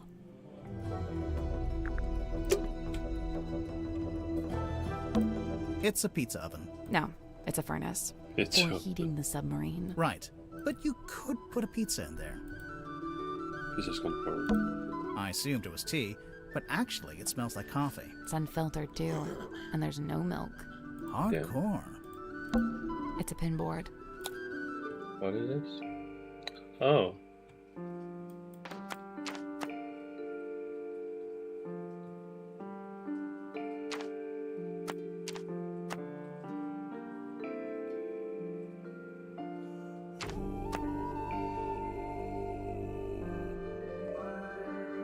It's us. It's up.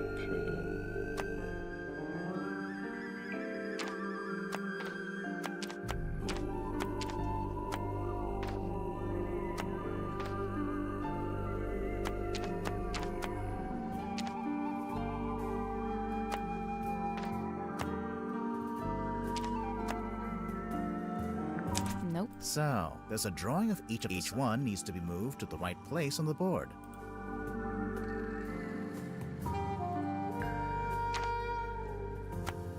We'll come back later. Oh?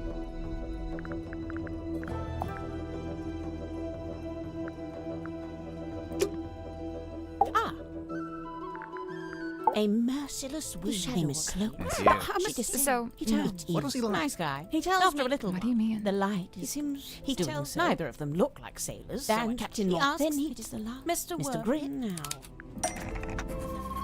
Imagine, Maya. We began by fists and early to we climbed down. First, smells of crane dust and unwatered flowers. A young woman hastily hit the second bunk. Next on the tour of the room, perhaps you'll agree, Mr. Grip took next door, the outside.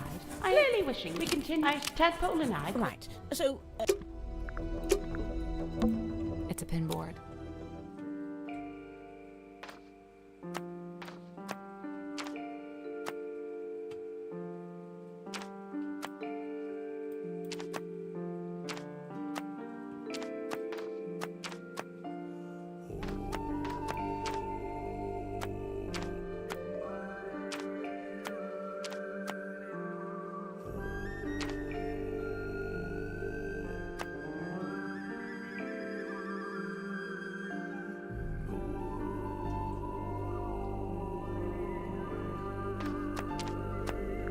Nope. So, each one needs to be moved. Where are we supposed to I'll do this later. It's a big traveler's backpack. It smells like soil and grass. When you're done You smelling like it, smelling there's something in the Essential. pouch I think we should take a look at. map. Huh.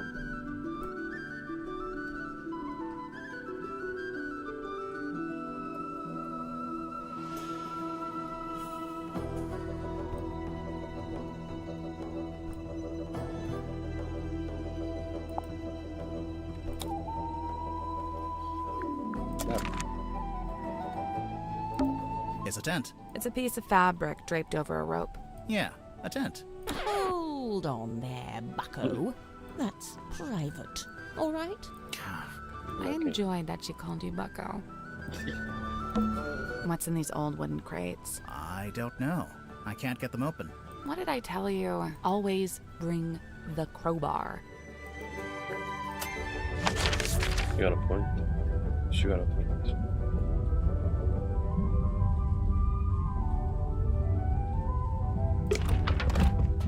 Let's go back on.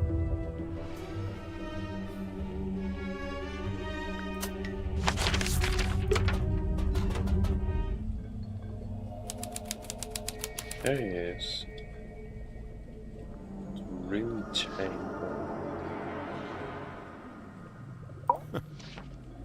Hello, sir? Two strangers, emissaries from the world above.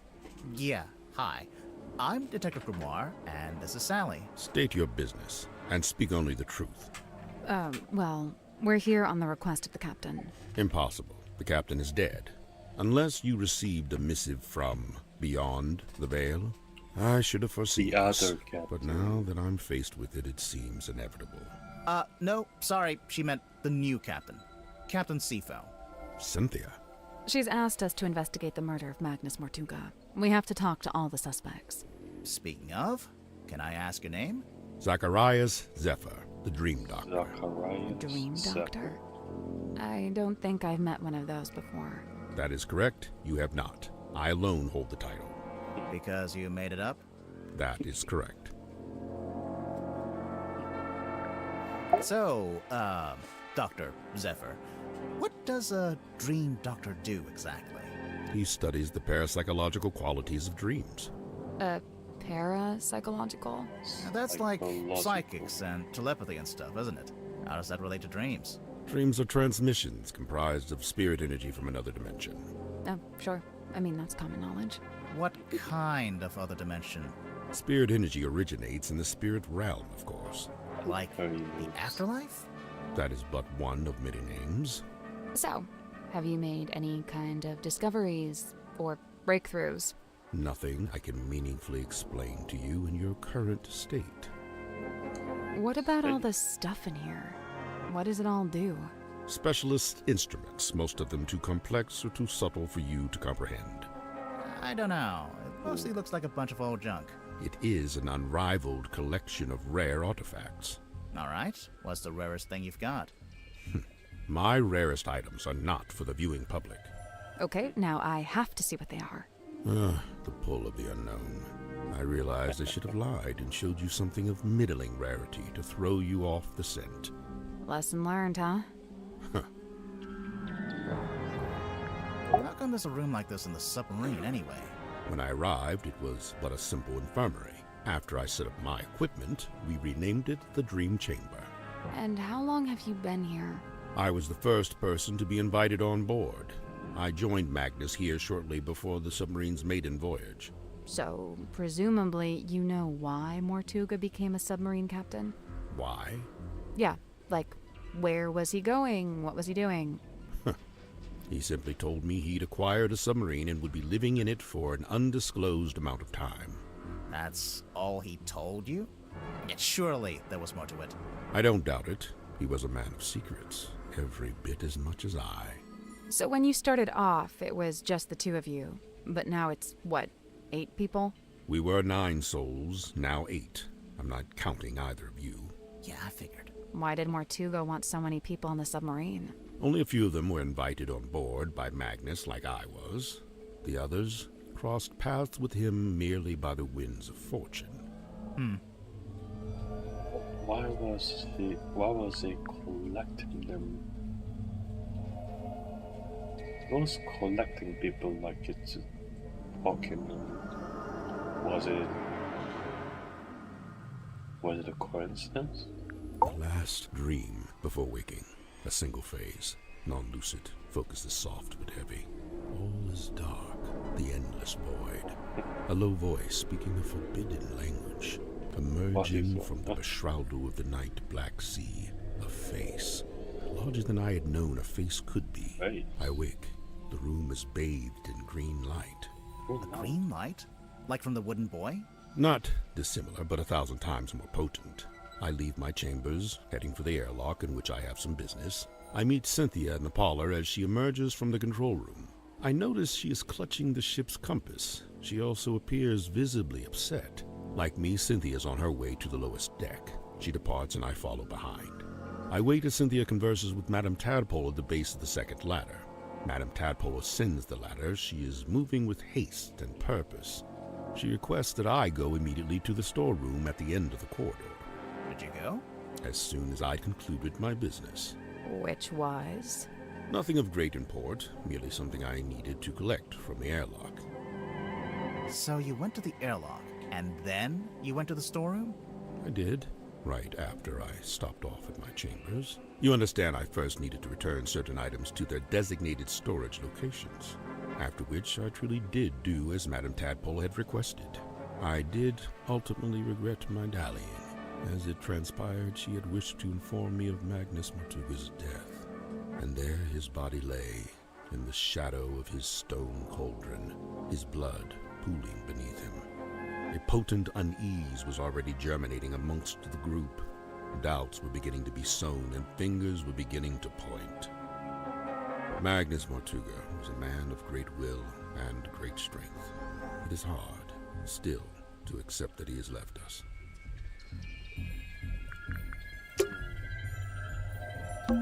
It's a weird metal helmet. It is the Dream Helmet. Of course it is.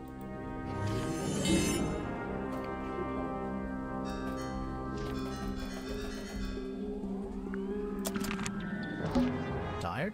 I worry if I slept in that thing, I'd get transformed into a monster or something. I worry that sleeping at a 45-degree angle would be bad for my back. You are old.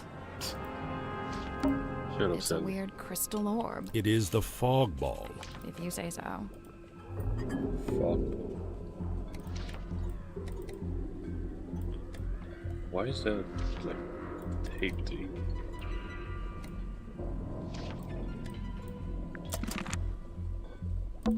It's a weird glass bottle. It is the Hex Bottle. Yeah, I knew that. Hex bottle. Is there a hex in it?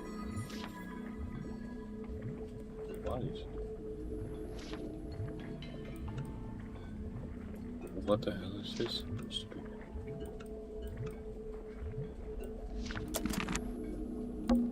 I'll just take a look in this cabinet. Watch out for spiders. Yeah, I don't think there are any spiders. We're on a submarine, remember? I do seem to need constant reminding.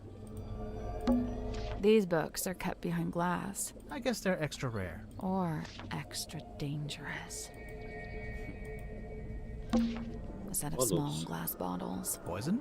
Might just be perfume. I'll meet you in the middle at poisoned perfume.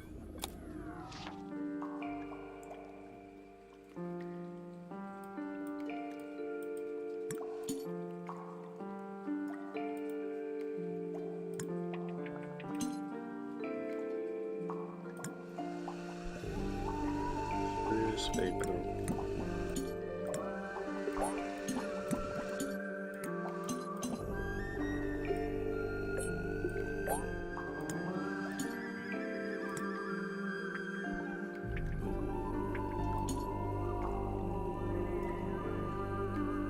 Crimson hue upon the label.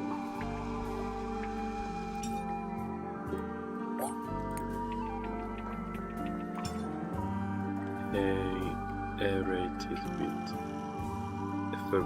effervescence. What does that even mean?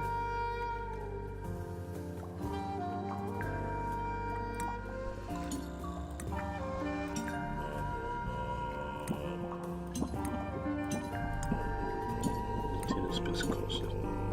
So it's that.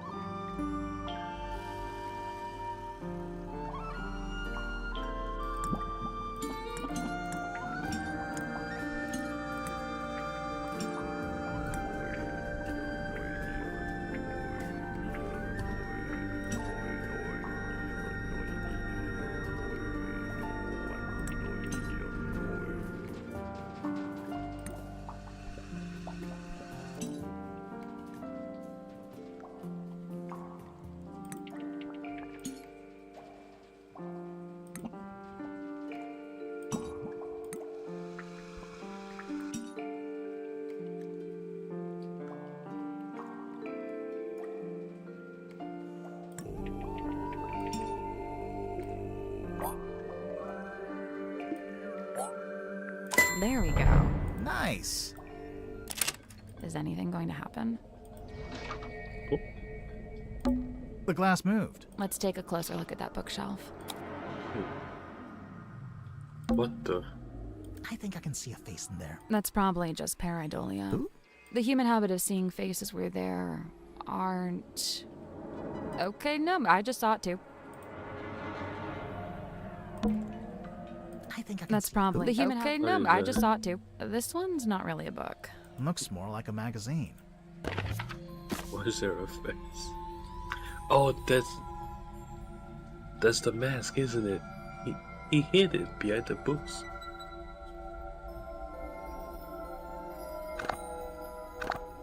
Caretaker's Collective. Mermaid's Tongue, look at that. Communication with she who lies beyond the veil. She.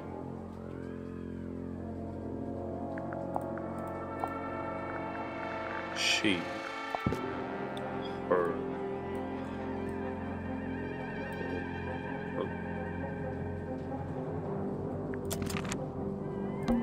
The Seven Secrets of Onir.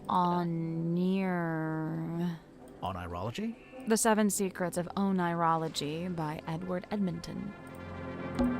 Prophecy from Parapsychology by Halcyon Hardwick.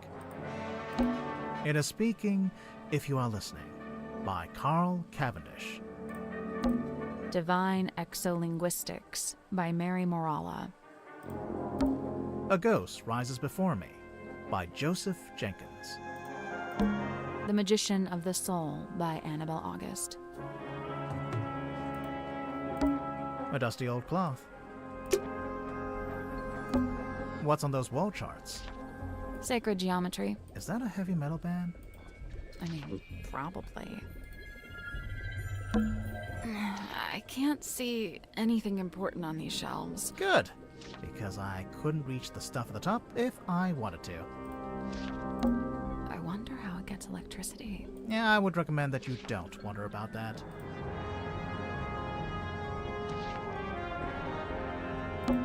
It's a big dome. All the light coming from the top gets filtered through the pink glass. It gives the whole room a really weird vibe. Pretty much checked everything. Go back to the captain, I guess. You spoke with Sim? Yeah. Spoke with everyone. I'm not about to declare her innocent right here, right now, if that's what you were hoping for. Aw, come on. Do it. We haven't even spoken to all the suspects yet. Oh, which ones are you missing? You. Open the door, Cynthia. Looks like she unlocked the door. Finally.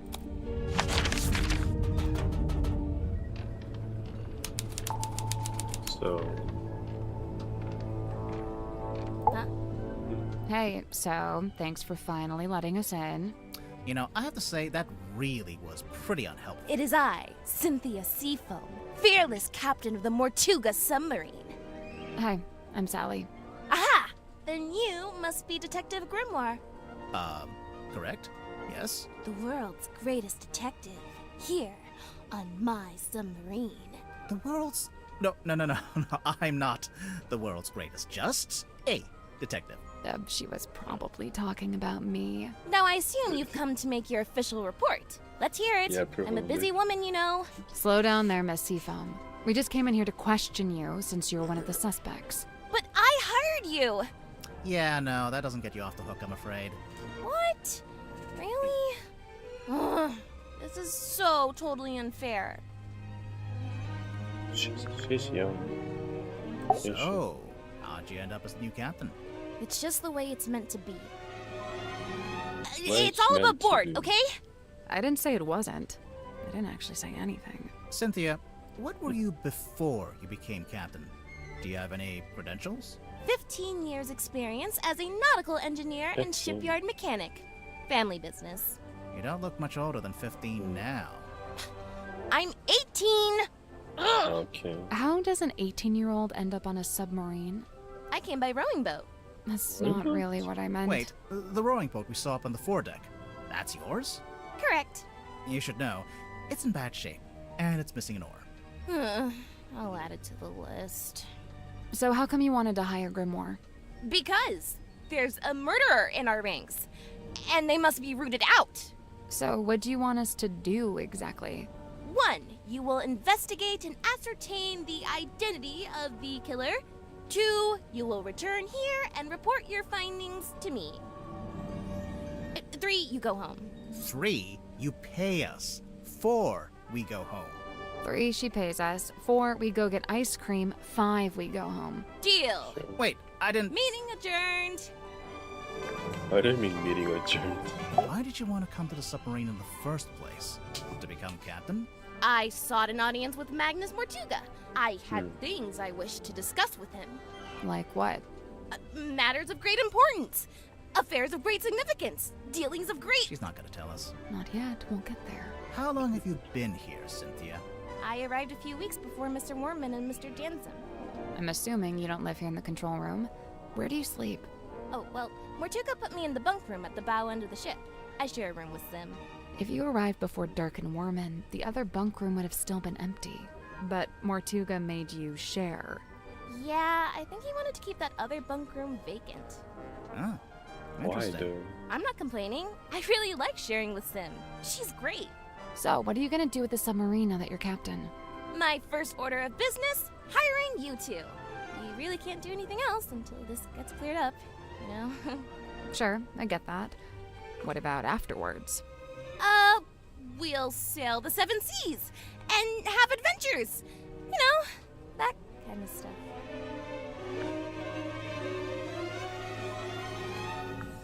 I woke up when the submarine made an unscheduled maneuver. Everyone should have been asleep, but suddenly we were surfacing. How could you tell? When the submarine surfaces, the bow tilts up and the stern tilts down. And diving's the That's opposite. the tilt. My bunk room's in the bow, and I could feel it tilting up. The bow is the front. I knew that. I wondered if someone other than Mortuga might be at the wheel. I was gonna go check, but then I noticed Sim was wide awake, looking upset. When I asked, she told me something had gone wrong with the new magic act she'd set up. I told her she could always take it down, rework it, and then try it again later. She seemed to agree with that, so I left her and went up to the control room. The control room was empty, but I could see we had actually surfaced, so I went up into the foredeck to check. There wasn't anybody out there either. I had this weird feeling and really didn't want to go back to bed, so I went back to the control room.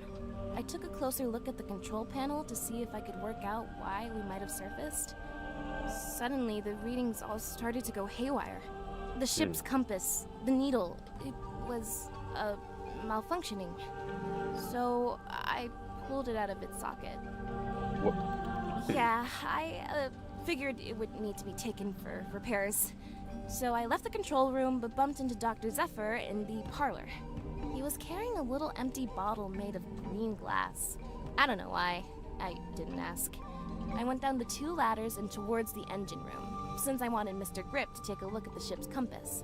But then Madame Tadpole appeared and called out to me. She wanted me to bring Grip and everyone else and meet her outside the storage room upstairs. I went into the engine room and gave Mr. Grip the compass.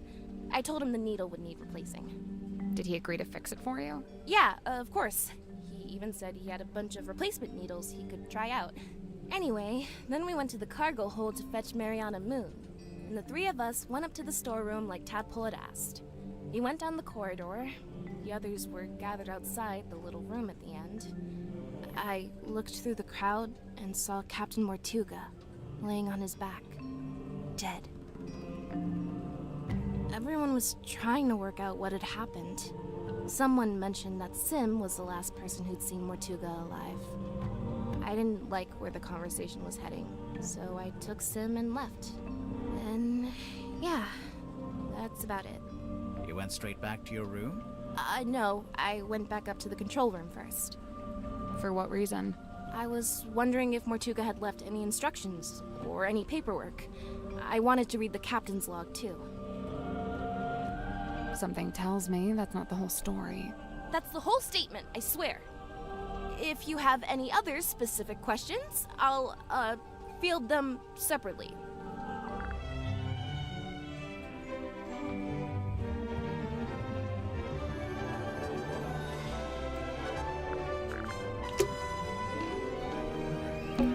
There's even an arts and crafts table. It's a normal table. Currently being used for arts and crafts.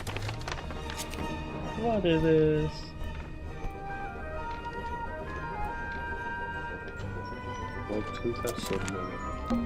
Oh, the ship's wheel. Don't touch it. I won't. That was not convincing.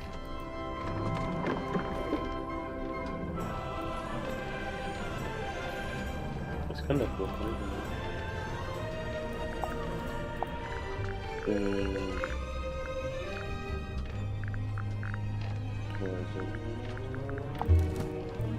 Look at that. Matches, doesn't it? Can we look at the control panel? If you promise not to press any of the buttons. I will make no such promise.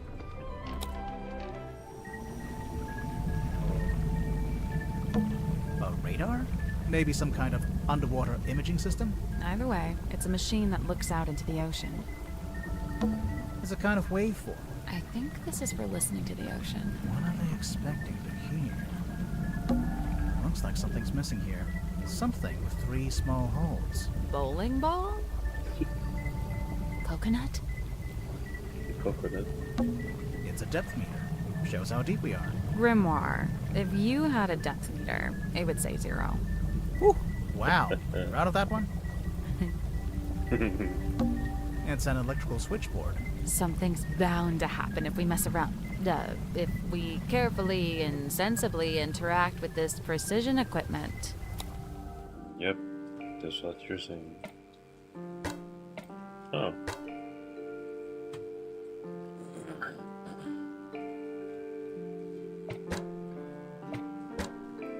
What is this?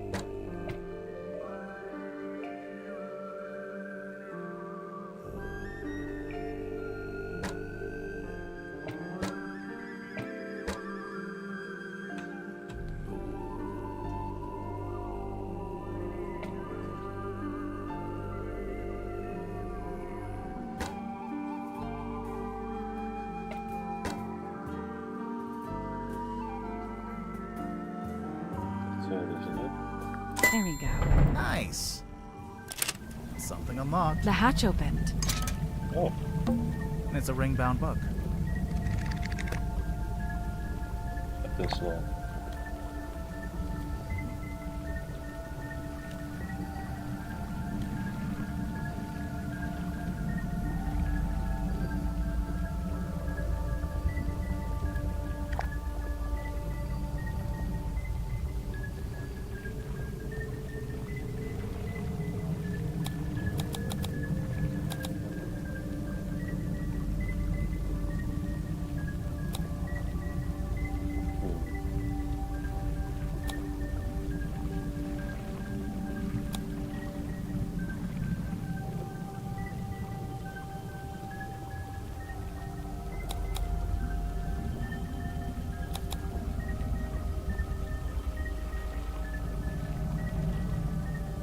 Zephyr invited sense.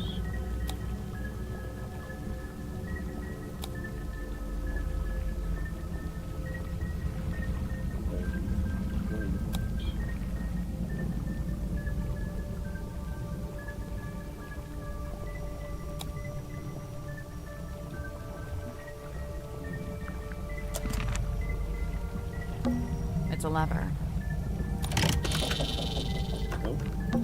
A little card came out. It's got a bunch of numbers printed on it. Oh, I guess it shows the daily readings for the depth, the speedometer, and the heading. I wonder why you'd need that. Insurance purposes, maybe? You not gonna take that?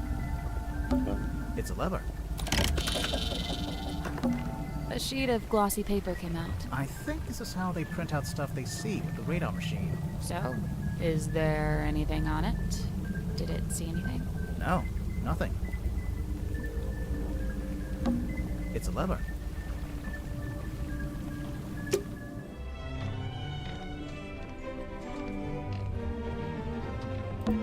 Don't touch that, please. It's behind glass for a reason. It is a garment of great historical significance and must be preserved. Historical significance. What if we just look at it from a distance? Fine. What is Jackie?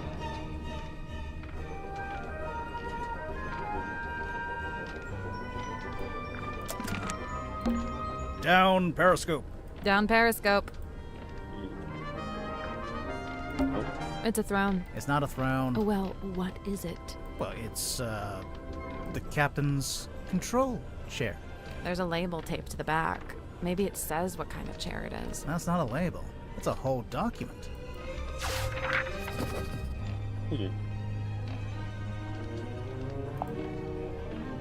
Command contract.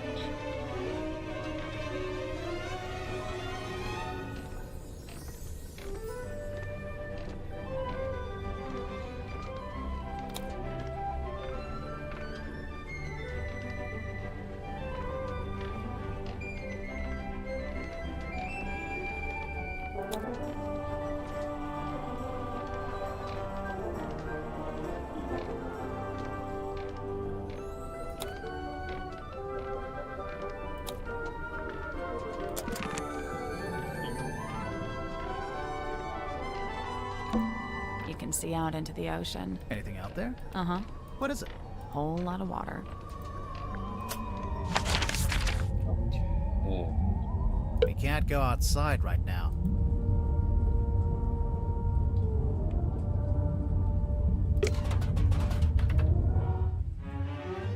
Oh, right, I almost forgot. We should be able to get into Sim and Cynthia's bunk room now. Oh.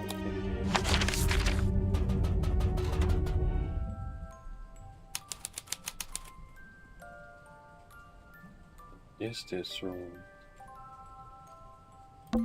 Look at that little wooden house. Oh.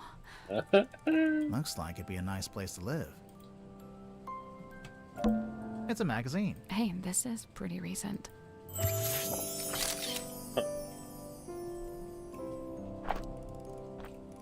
X marks the spot.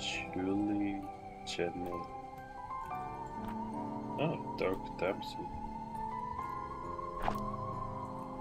Cinematic.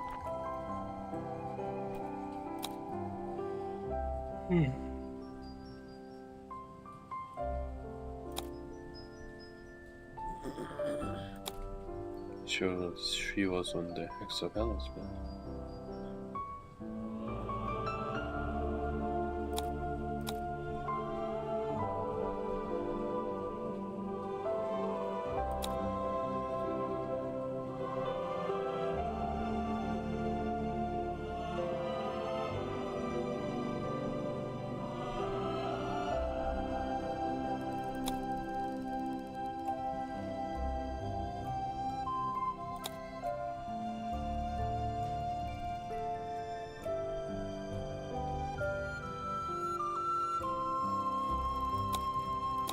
That's it.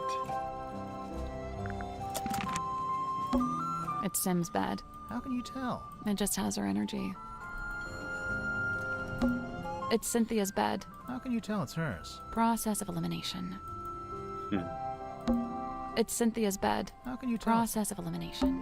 A little wooden box with art supplies inside. It's a pig. It's a safe. In the shape of a pig.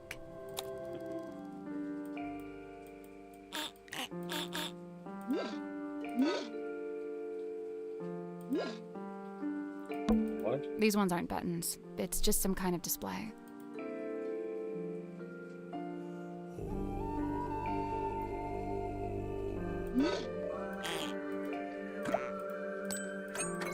What? Oh.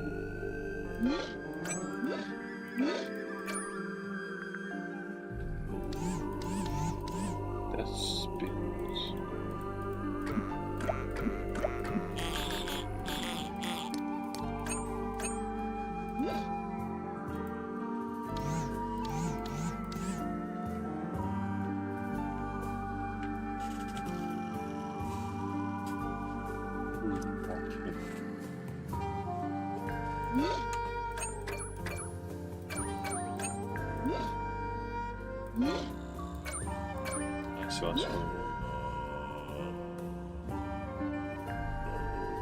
This is a bit too low, so this 2 cannot be touched.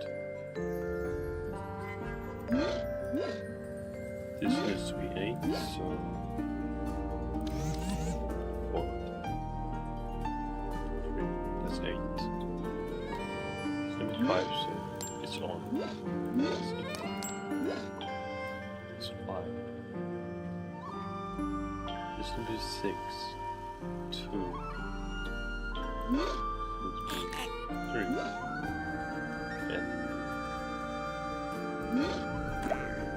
That's it. Yo! Nice.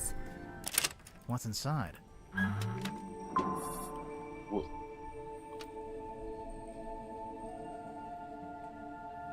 Face. What is it? I don't know.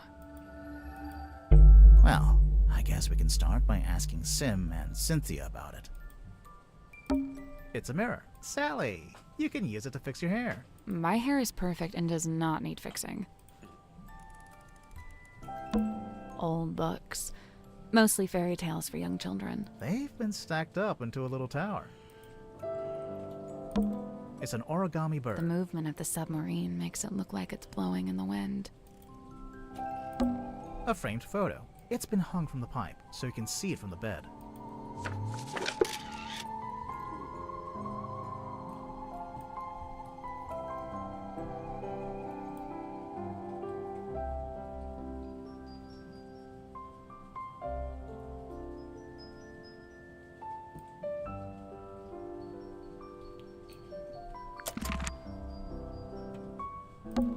Oh, cool. A board game. Want to play? We don't know the rules. You don't normally let that stop you. Instant photos. The kind you have to shake. That's a myth, actually. You shouldn't shake them. It damages them. Really? Well, that's my life turned upside down. It's a window. It must be a light, too, since we're underwater. They've taped yellow paper to it. So? I think they want it to look like the sun.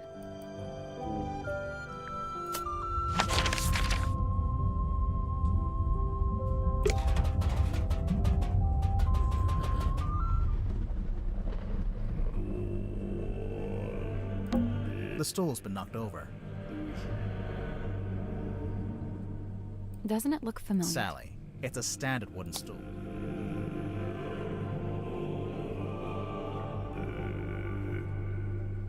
That's not right. Oh, yeah. It looks exactly like the bar stools in the Stone Top Inn.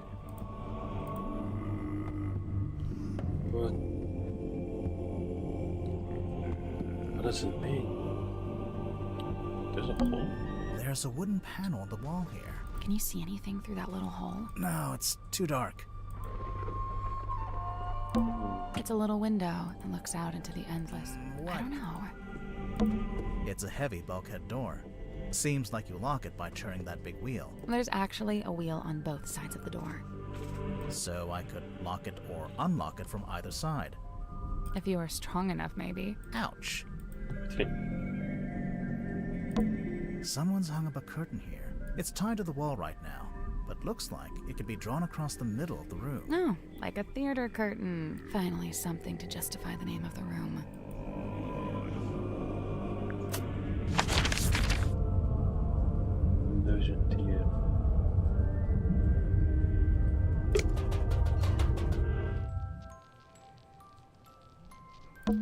A walking stick.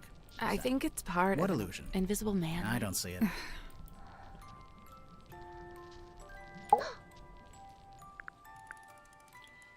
So... Fair Cynthia, O truest friend, my steadfast fealty's won. You're both from Silkworm, and you're the same age. Do you know her from before?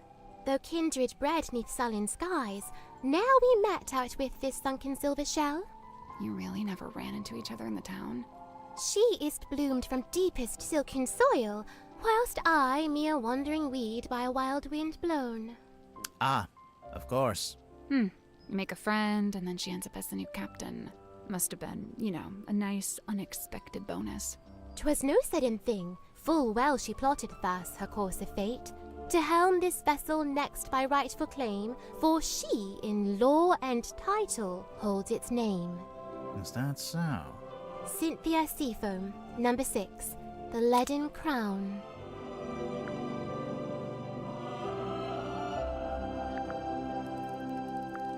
A heavy burden?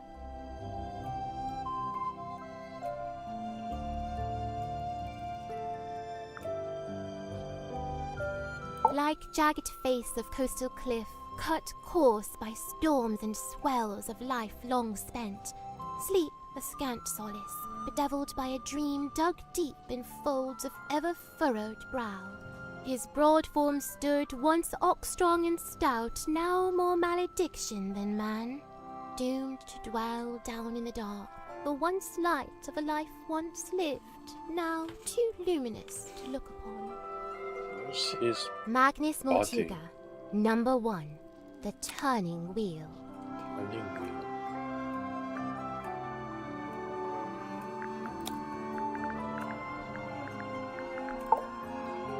Magnus Mortuga, number 1, the Turning Wheel.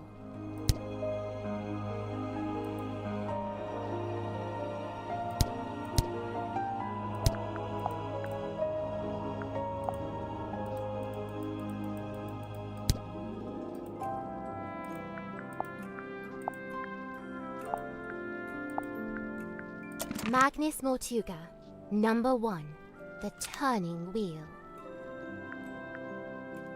Meeting your destiny.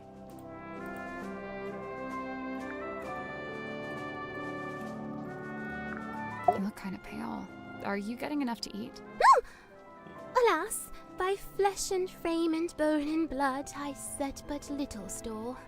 Yeah, that's what I thought. So what do you set store by? Oh, like, what are my interests? Yeah.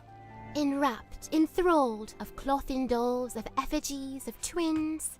Okay, sure. Of glass and gleam, of mirrored eyes, of phantoms falsely cast. Fine. Mirrors, okay. Oh! Of what if aught doth lay beyond this fleeting form of flesh? Huh. Symmetry Silk Moth, number 4, the Unblinking Eye.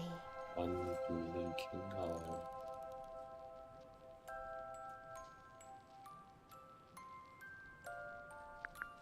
Obsession? What does this mean? Still estranged, this moon and I, but she and me befind ourselves in newfound kinship joined. What kind of kinship would that be? The kinship of wearing a big yellow locket around your neck. We may need to workshop the name. Mariana's moon necklace? That's a locket? Must be. I've seen her open it up and peer concernedly at its internals. Huh. Mariana Moon, number 9. The half-hidden moon.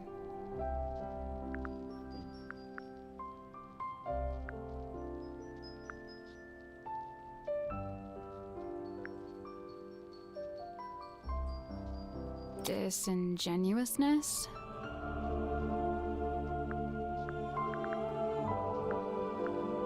His life's long hope to pierce the veil and breach those blackest bounds. Solitary once, no more, for help is found in frightened form of fair and freckled face. She means herself. I'm following. A time bespent in chamber dream and chained to lofty quest. Then lo, a shock! Dismissed, bespurned, rejected. My lonesome purpose lost. Why'd he do that? Zachariah Zephyr, number 3. The Entangled Dream.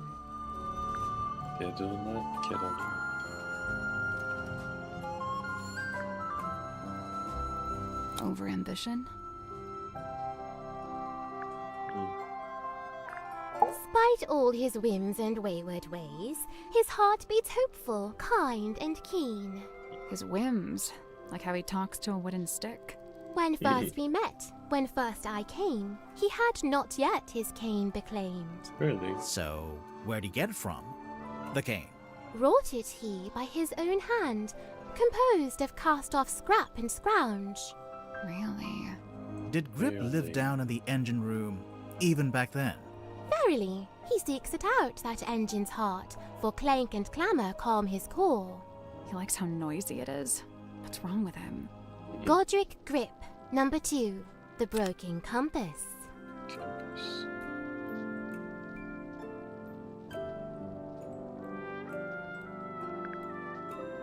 Feeling lost or trapped? Likened to the orchard oak, sturdy, stout, and towering tall, but bears she a quietsome grace, like a windless night on sail-still sea. I ponder, could some such thing be mine to know? I don't see why not. Maybe I should cut my hair short and dye it green. Maybe that'll do it. What's that? Madam Tadpole, number 5. The Still Waters.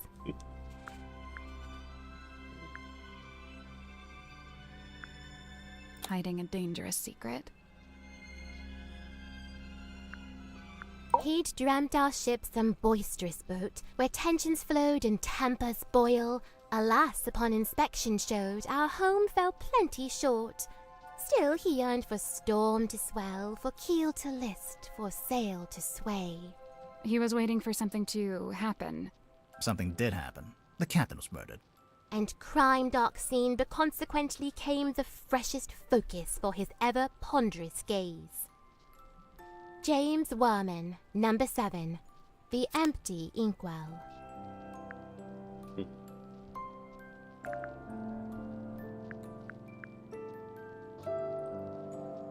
Apathy?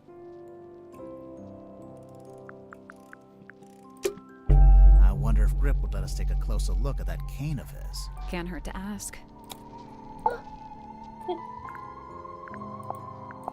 An actor or a mage in guise, who sways men's souls with artful feigned truth. You, think Dirk might be swaying our souls? Fret not, as dwell he in this deep-sea womb, his strength's divorced from skyward source. Skyward source? The sun, I'm guessing. How do you know he likes the sun so much? Alone he's oft espied, atop our ship, and stood enrobed in warmer light. Dirk goes up on deck a lot, huh? By himself, I wonder. Dirk Dansom, number 8, The Shiny Penny. Shiny penny. being easily distracted. Let's see.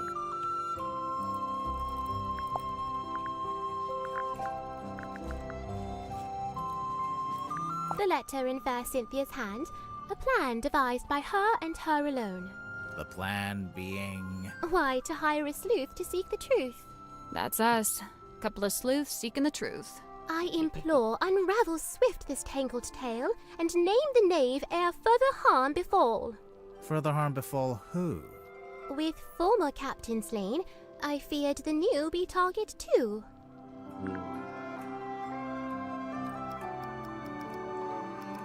So what's up with the Care to explain what Bible? this is? Nay, Do you know what it is? I. I'm not sure if that was a pun or not. Where'd you find it? In the parlor, on the floor. So someone dropped it? So it would seem. Oh, someone dropped it.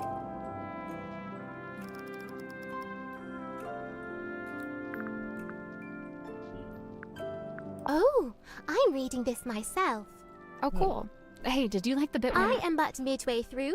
Prithee, spoil it not. Right, sorry. The fate awaiting guilty hearts once they are condemned. What? You get turned into a weird little wooden goblin head? Nay, bound in chains upon the deck and pulled along beside the ship. Yeah. Oh, jeez. She's not serious. I don't think. Well, you know, I find it hard to look away. Her flicker flame doth draw me in, and I am merest moth. What is it? Some kind of monster from the bottom of the ocean? No, not of the sea. She's of an even darker place.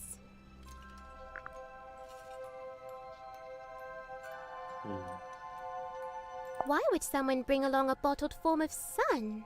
Sunlight's good for you. Vitamin D, I guess. What does it do? All kinds of stuff. If you don't get enough, it makes you sad. You know how people tend to be happier in summer and sadder in winter? Silkworm sun is scantly seen, even in a summer sky. I swear, sometimes she just gets lucky with the alliteration. What is it? I do not know and dare not guess.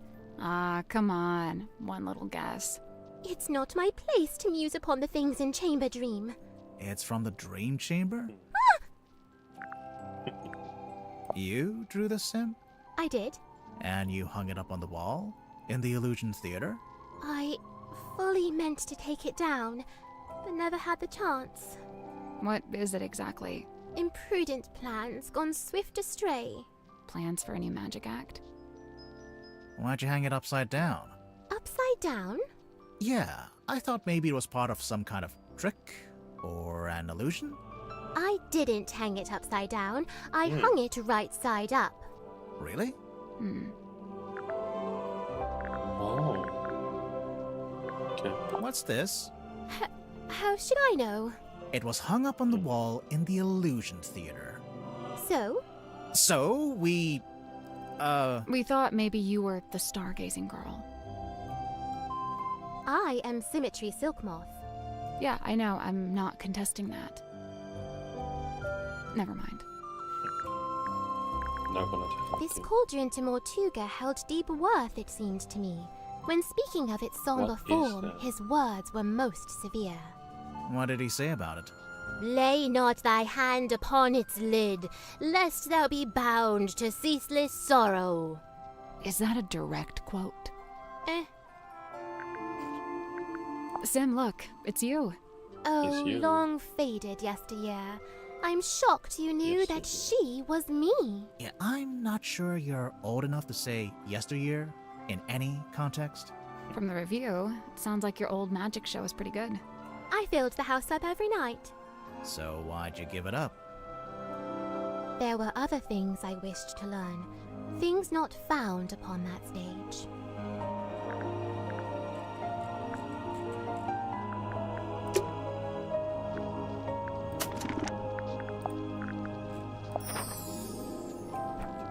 It's not upside down. You're supposed to be this time.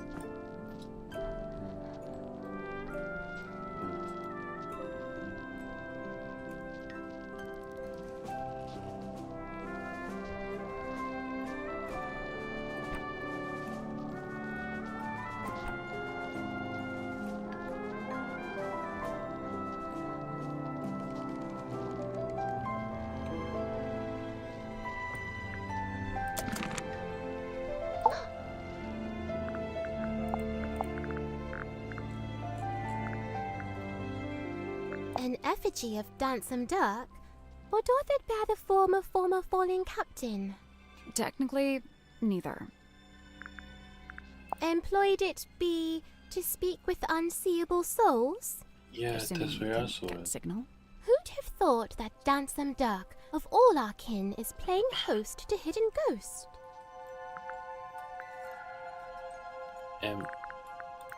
That's where I saw it. Look. W and W. It's W and W. And it has W and W. Why was this hidden?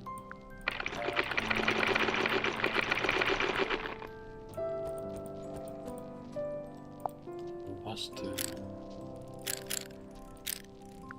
combination of that?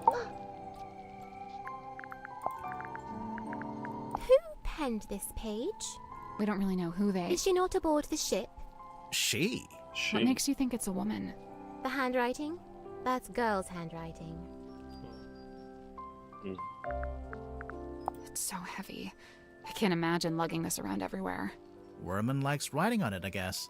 And supposedly, that's the whole reason he's here? To write his next book? I think it's just as likely to be the exact opposite. That he's here because he doesn't want to write that book. That he's here to hide from it. A book adorned by bloody stain? Might be. Might not. It might not be a book. No, no. I meant the blood stain. What would you say that is? Sealed within the glassy tomb. Yeah.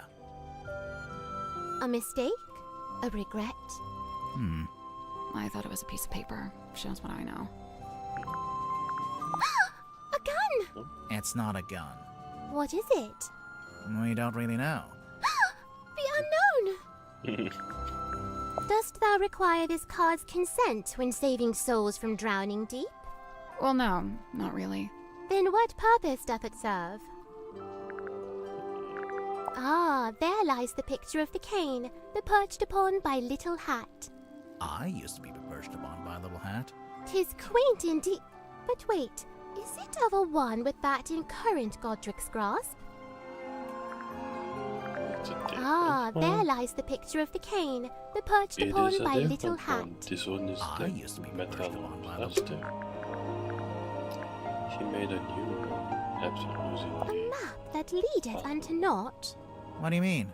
It leads to that big red X. Yeah, but it's a big red X in the middle of the ocean.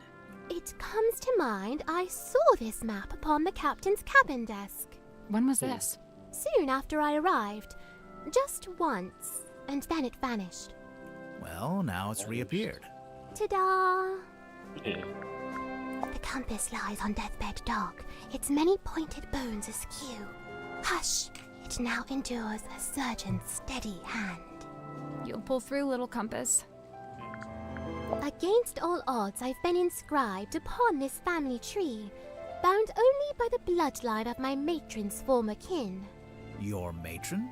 That's Fortuna Fellow. Fortuna Fellow?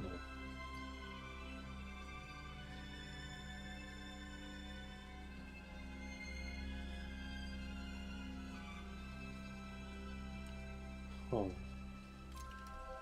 No longer tied to fellow name, she styles herself as Baroness, whatever that's supposed to mean. Sim, look, you've got two half-brothers. Kinda. Only in the faintest terms, but there they are, Flint and Felix. We've actually met Felix. Would you believe that? No. Oh, well, we did. Do you know how Zephyr's dream helmet works? His secrets are his own to keep. Okay, but just for the record, you do know his secrets. I am bound to share them not. Oh, my fog ball. Your fog ball? As carved and crafted. You made it? What for? Well, thou mayst use it to speak with Gregory.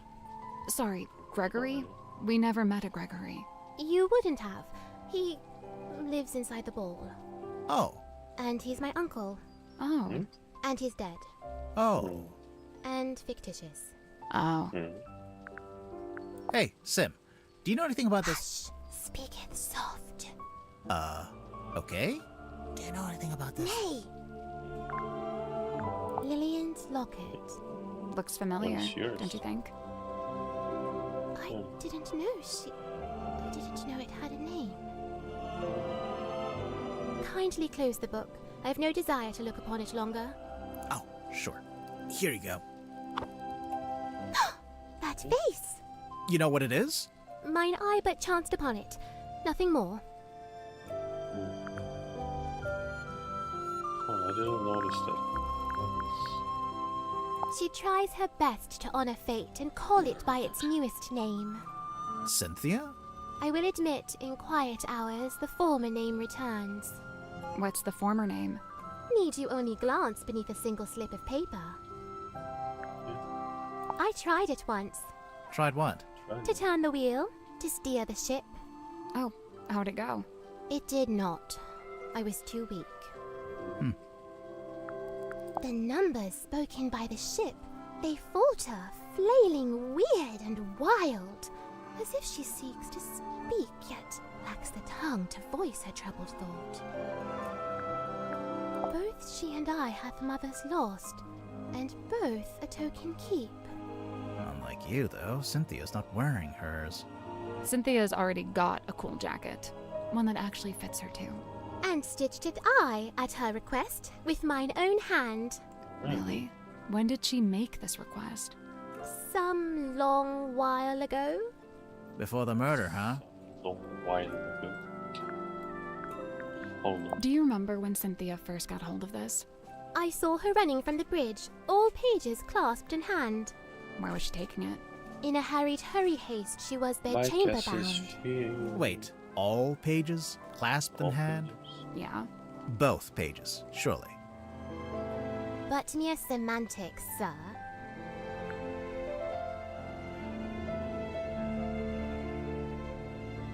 Do you remember when I saw her running from the bridge, all pages clasped in hand. Where was she taking it? In a hurried haste, she was bed-chamber bound. Wait, all pages? This is Dirk's, I'm guessing. You guess correct. Kind of him to lend it to you. Yeah, I'd imagine it's kind of precious to him. Au contraire, he spoke of it with sulk and scorn. Glad was he to see it gone. There she is. Who? I don't know. I've never seen her with my eyes. I've only ever heard her voice. When? At night, when half asleep. Half asleep or asleep? What did she say? I wish I knew. Oh, how I wish I knew. If you've never seen her, how'd you recognize her from the photo? I cannot say.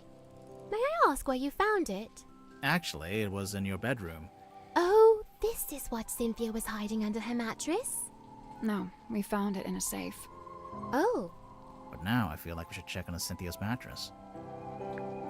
A portrait of fair Cynthia's youth.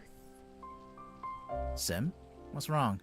Mine eye is drawn against my will to she that lingers far from frame. The ship, in the background. What about it?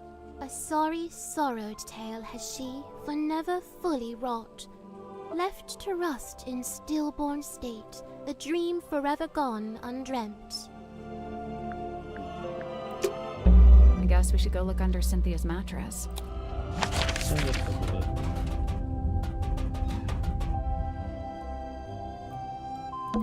I hate to pry, but...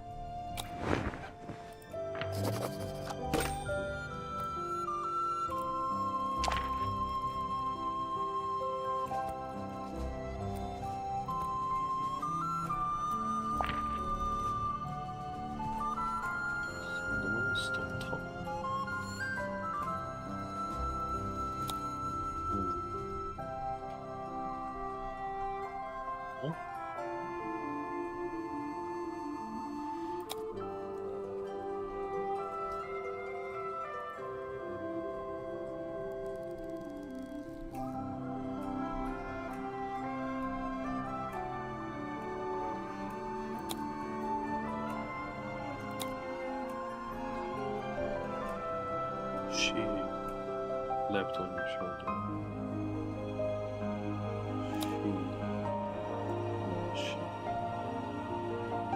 Digging the other sub or something like that.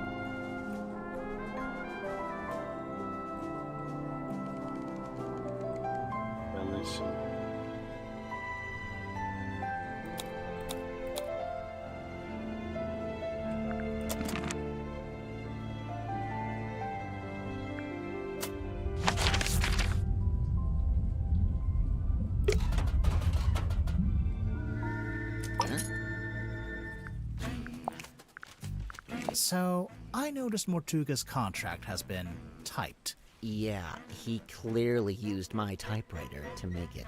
Did you give him permission? No. So, how did he know how to use it? It's a typewriter. Mortuga might have been, you know, outdoorsy, but he wasn't an idiot.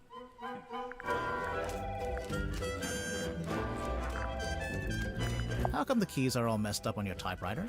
It's old. Sometimes they fall off. I guess I don't always put them back in the right place. And, what have you typed on that page? I'm taking another swing at a story outline for my next book. I can't make it out. It's some kind of weird grid. Cross-writing. Look it up. People used to do it all the time. What about these brass panels on the back? This one's my father's emblem, Mayor Dusk. That's why it looks like a D. And this is the governor's emblem, Governor Fellow. So that one's an F.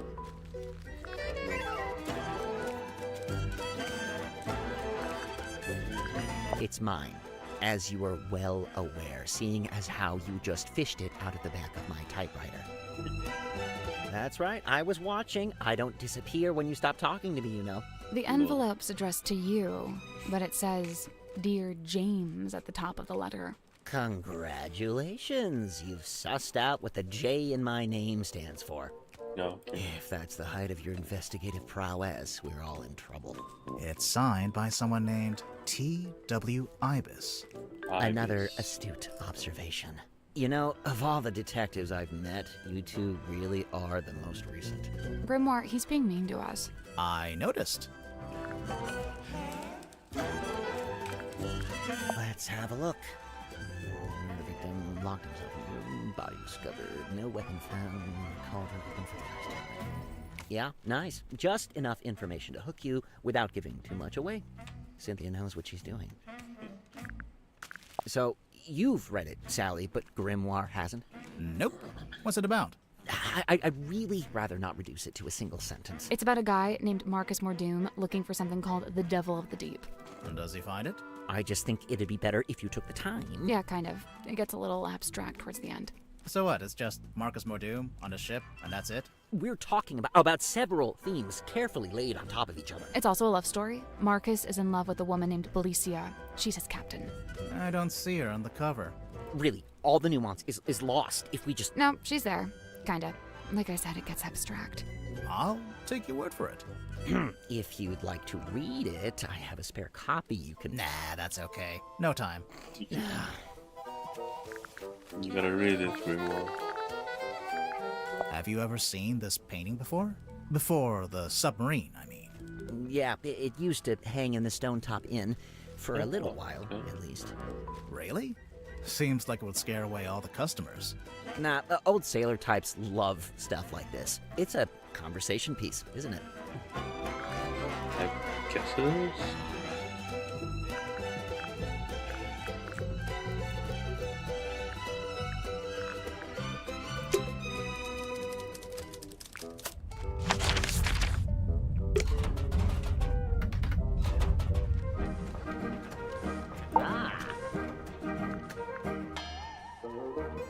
You wish to converse with Cornelius? He'll be thrilled.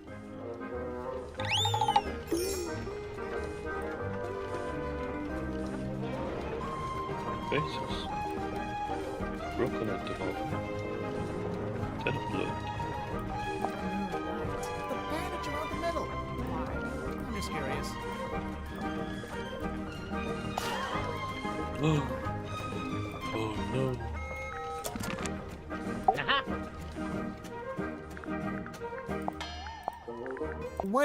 Why does it have a bandage around the middle? Cornelius? Oh, he fell down the stairs. The clumsy old thing. On a submarine? It's all just ladders, isn't it? I promise you that's not the issue I have with that statement.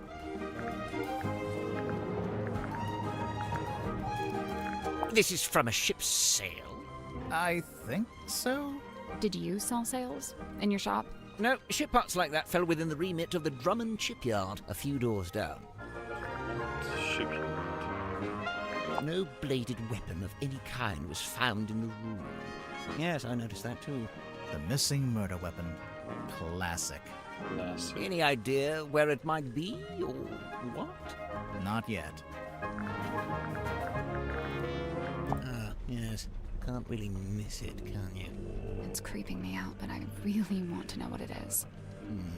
I wouldn't lose sleep over it if I were you. Does it know something about it?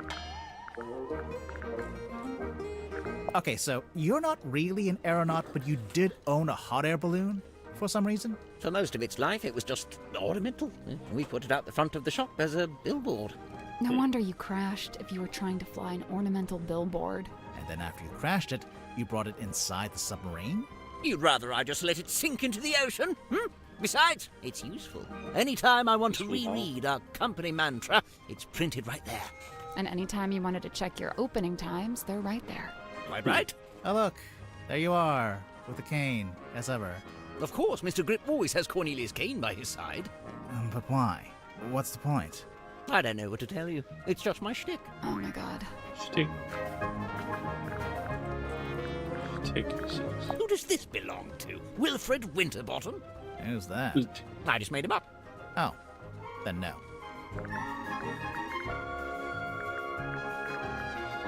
How much for this one? It's not for sale. Oh, too rare? Too valuable? It's from my personal collection. I really hadn't intended for you to see it. Well, we did see it. What's it a map to, anyway? What's it the red X? Now that's the question, isn't it? You don't know? Unfortunately, not. I guess that's where we was going. Not just going among random places. Good heavens. Something catch your eye? Rumored to be lost at sea requires a special key. Is that right? The mermaid's tongue? Do you know anything about it? No, can't say I do. Based on this, I wonder if it may not even be real. After all, there isn't even a photograph. That's just a drawing. How do you know? I was gonna ask something. Hell yeah. Do you know how the wheel got damaged? It looks in working order to me. No, look. Some of the spokes are different. It looks like they broke off and got replaced. You're quite right. Although it's not exactly at odds with the ship as a whole, is it? Meaning? Look around you. She's a ramshackle old thing. Sturdy, yes, even handsome in places, but undeniably a patchwork of sorts. You broke the wheel and made your cane, didn't you? I know what you want.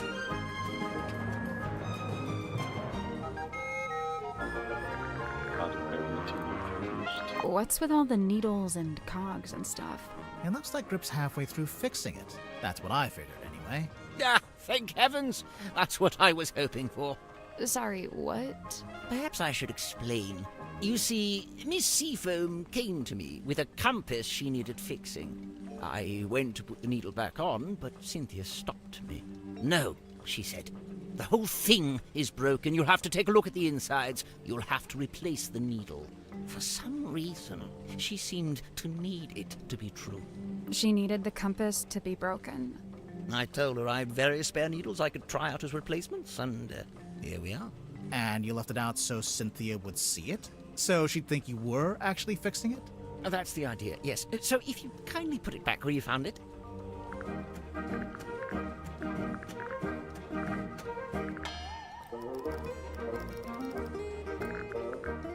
Where on earth did you find this? It was just lying around. Do you know what it is? What I do know is that it belonged to Mortuga. But you don't know what it was actually for. I couldn't say with any academic certainty. Aha!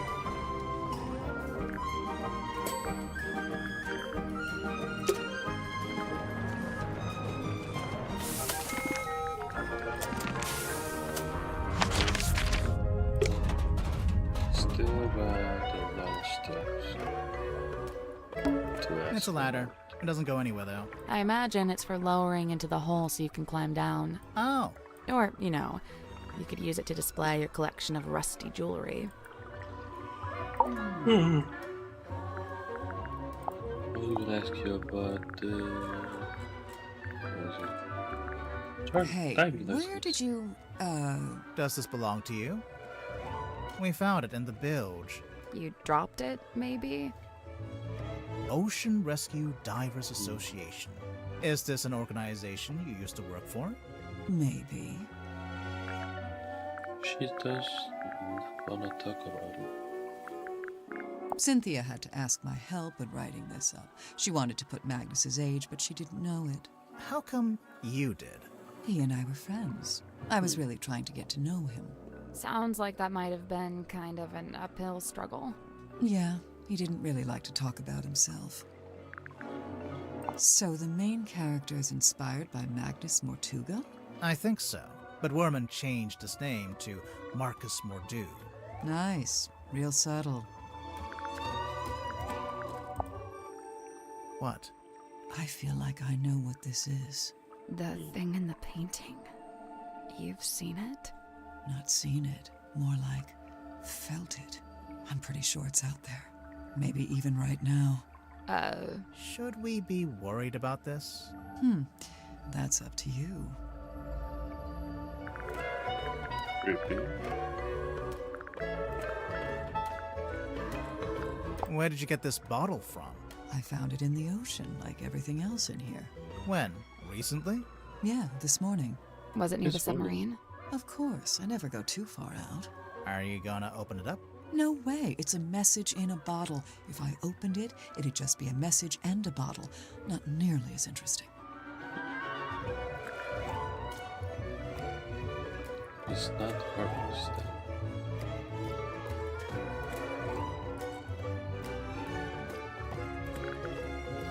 That drawing of the coral, it looks familiar.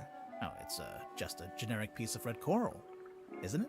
It reminds me of a piece I found in the ocean recently. Can I see it? Do you still have it? No. Great. Looks broken. Does it? How can you tell? I just assumed it was waterlogged from the bilge water. How did you know we found it in the bilge? Because it smells, and it's still wet. Oh, yeah. Ew. Sally, you take it. I don't want it. You keep it.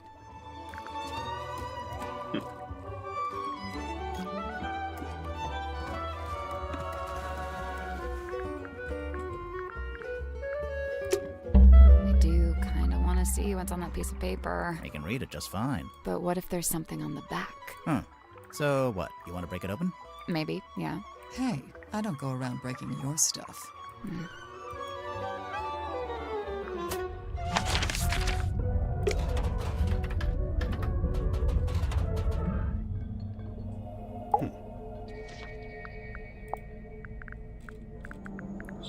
That belonged to Magnus Mortuga, but I suppose it should pass along to Cynthia.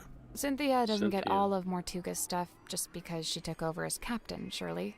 Of course not. However, I imagine at some point Cynthia may wish to unlock the captain's cabin. She'd need a glass eyeball to do that? Naturally. While it holds the pretense of being an eyeball, in truth, it is a key. Oh. It seems our collective fate hangs on the outcome of your investigation. I guess. This is a good thing. It is high time for a shifting of the tides. What do you mean? There are too many souls aboard this ship, many of them seeking things they shall not find. A bit of light reading, hmm? It's a book about a hex. So I see. A charming pulp adventure by the looks of it. Is it the same kind of hex that's in your hex bottle? Let's see. No, they're quite different. The hex referred to here is merely an abstract form of curse that manifests, for the most part... Sorry, did you just read the entire book? Of course not. Just chapters 1 through 5. That was fast. I believe this to be a depiction of a being known as the Mermaid. However, I've nothing to compare it with, as it's the only depiction I know of. It doesn't look much like a mermaid. It doesn't look much like anything, really. Except for the fact it's got a face. At least, I think that's a face. Stories alluding to such a being were the reason I traveled to Silkworm in the first place. However, I was disappointed to discover that nobody in town seemed to know what I was talking about. It seems to be a secret held by only a very select few. How long has this been chained to the foredeck? Do you know? Since the conception of the submarine, as far as I know. The conception of its current incarnation, I should say. The wider history of the vessel reaches back a good deal further, of course. Former vessel. Whatever Bottled the sunlight. name was. It appears somebody's looking to protect themselves from vampires. There's no vampire on board, is there? Of course not. What about Mortuga? I'll admit, it was a rumor for a time. Dr. Zephyr, is this yours? I don't immediately recognize it. You sure? It really looks like something that'd belong to you. Of course, I do concede that I have many similar bottles here in my dream chamber, so it's wholly possible that it originated in my collection. Nice answer. Totally non-committal.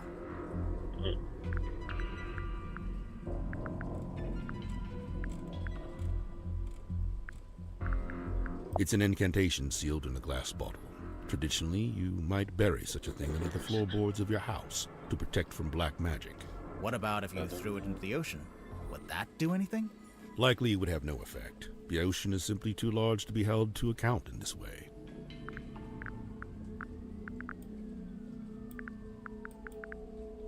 What is this, anyway? It is what it says it is, a quarterly journal of listings and inquiries. I noticed the prices are listed as ounces, and that's gold, I'm pretty sure. These numbers are merely a way to ascribe a universal value.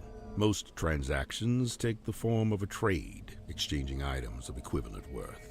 Oh, wait, so are these things that people have and they want to sell? Or is it stuff people want to buy?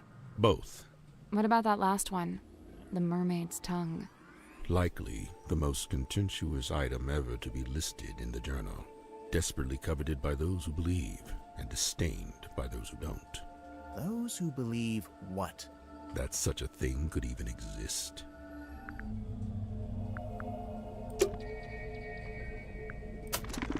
Everything in the putting in this journal.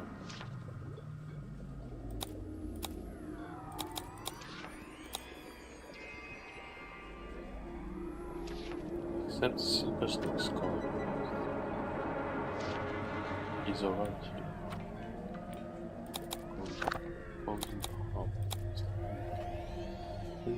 Missing a witch of something. Infamy for her untimely end at the hands of curse.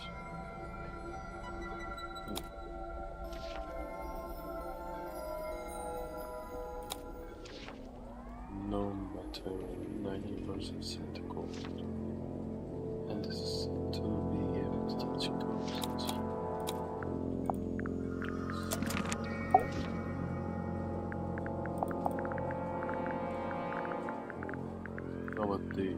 How come the goggles are blacked out?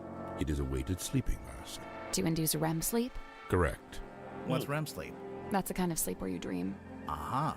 So what's the big funnel on top? It is an energy filter. So it filters the dreams as they come out of your head? The opposite. It filters the dreams on their way into your head? Correct. Oh yeah, dreams are transmissions from another dimension. I forgot. But what's the point of filtering them? What does it do? To study the transmission, it is first necessary to change the format of the energy signature. Oh, like when you change a WAV to an MP3. This is a syntax with which I am not familiar. Where do you get this from? It is on loan from Miss Silkmoth. So it's for some kind of magic trick. I thought it was a crystal ball, like a fortune teller would use.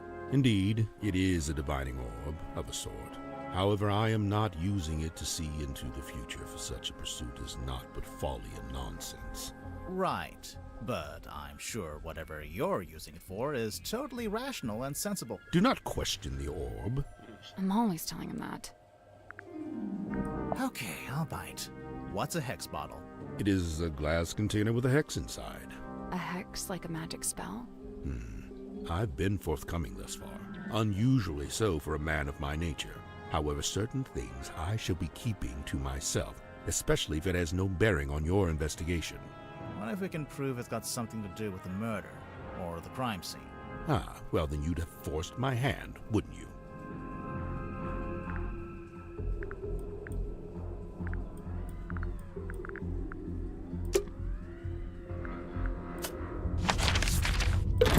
Locked.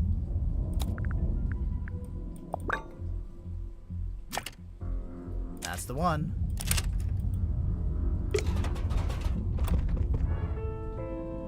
So, Captain's Code.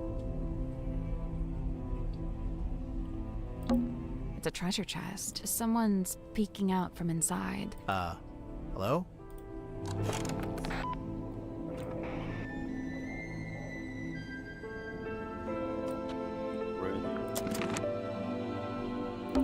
It's a treasure. Someone's... Hello?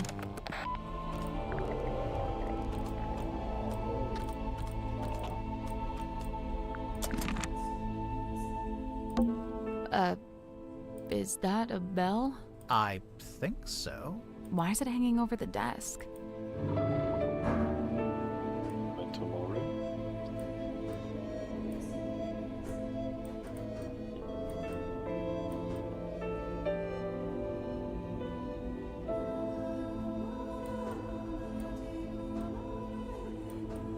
Oh.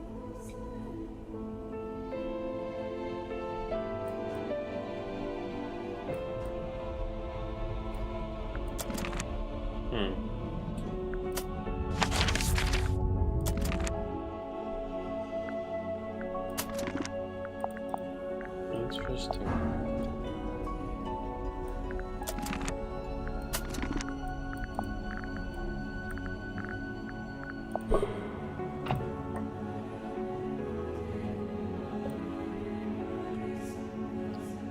This not a bell.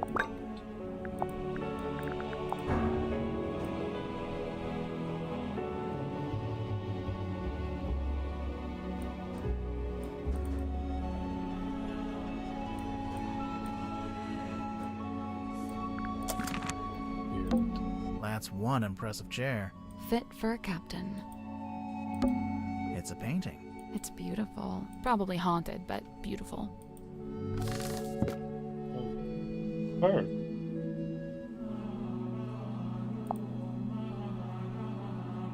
Oh. Same thing from somewhere.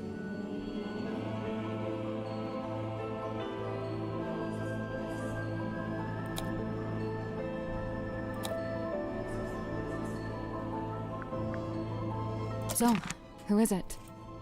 For more. Let's make sure to ask everyone about this. Everyone. Yeah, I'm curious to see what kind of responses we get.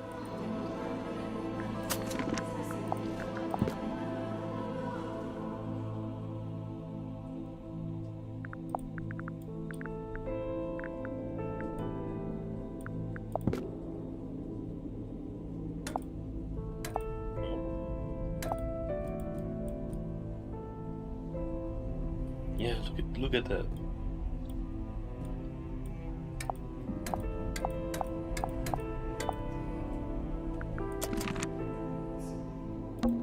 A candle on a skull on a book. So, was Mortuga a pirate, or what? I don't think he actually did any pirating. I'd say he was pirate adjacent. It's an old birdcage. Minus the bird. Why is it hanging over the desk? There's a globe. With all 7 seas. It's a ship in a bottle. Really? What ship is it?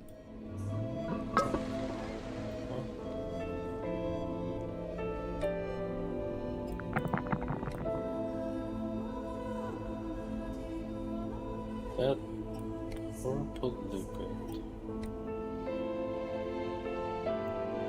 reminds me of something.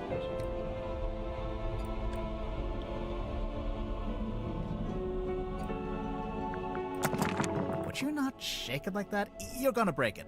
I think it already is broken. Listen. Something got loose on the inside. Mortuga's just done. What's that saying? If walls had eyes? Something like that. It's Mortuga's bookshelf. A lot of these aren't books. They're scrolls. Scroll shelf.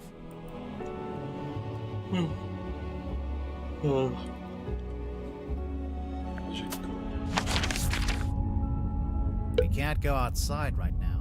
We can't get in there right now.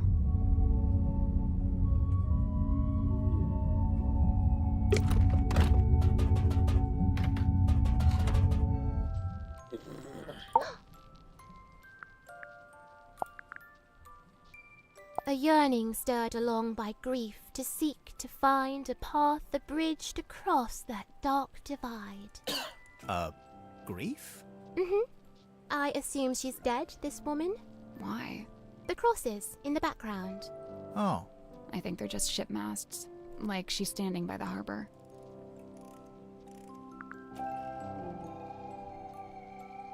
'Twas Cynthia who had it when first she came aboard. Something in it holds great weight, for her at least it seems. But you don't know what exactly? With certain mind I cannot say. That little dapper hat he wears I sewed myself from cotton cloth, Really? and now he truly looks the part, mirrored to his master's garb. The cane didn't always have a hat? Nay, was not but wood be carved, a simple stick with face adorned. And you thought he should have a hat just because Grip wears one? No, I saw a picture of it. At least I think I did. How it blinks and flickers so. It's just broken. I think it's turning itself on and off. As if it sought to speak with kin. It's a radio. I'm not sure it has kin. Maybe it does. To dwell beneath a heavy iron-casted thing, ever poised for rope to snap, ever set to fall. Mortuga? You didn't dwell beneath it. Not really. I don't know. It's hanging directly over his desk. That's a choice. Do you know anything about Mortuga's model ship? Yet another weight upon his ever-troubled mind. Although, given that it's sealed in glass, I imagine it's now very hard to fix. What are you talking about? It's broken. Some part of its innards has come loose.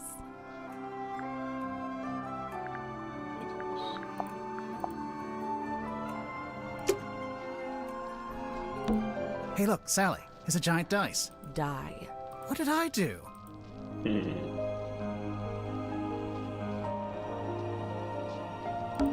Plastic cups. For magic tricks? Presumably. A set of wooden drawers.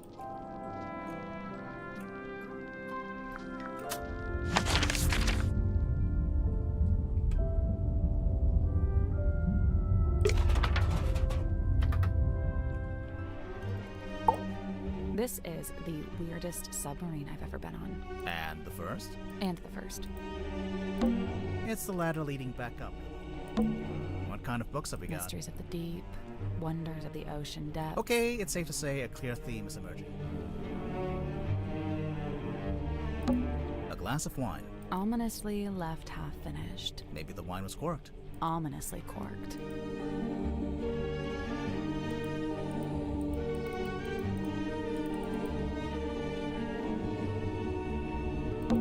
I cleaned the couch. What? If we end up having to stay the night. Sally. But I brought my toothbrush. You're staying on the couch.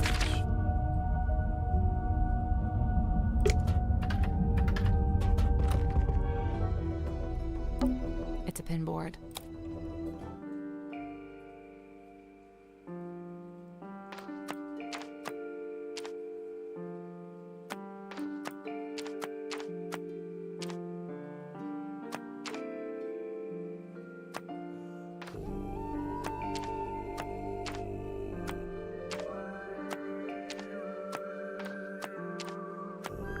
Nope. So, there's a each one needs to be moved.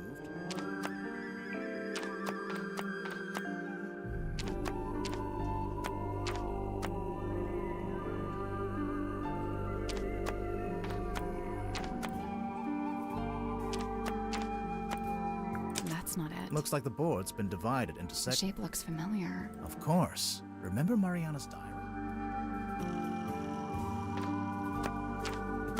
Nothing. I'd say me, you, and Mariana all need to be in the same segment. Oh, and Mortuga probably shouldn't be in.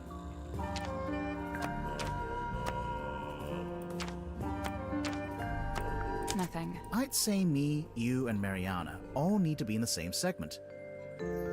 Oh, and Mortuga probably shouldn't be in any. Nothing. I'd say me. Oh, and Mortuga probably should.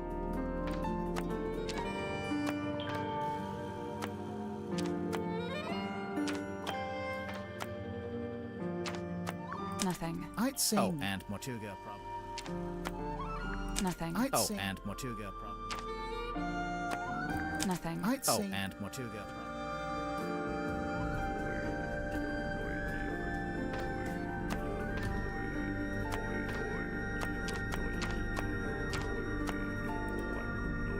Nothing. I'd say me, you, and Mariana all need to be in the same segment. Oh, and Mortuga probably shouldn't be in any of the segments.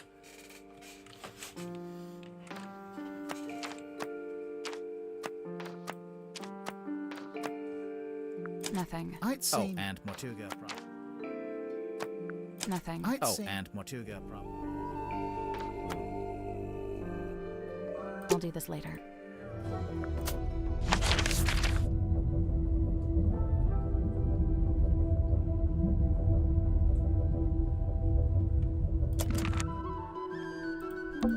It's a pinboard.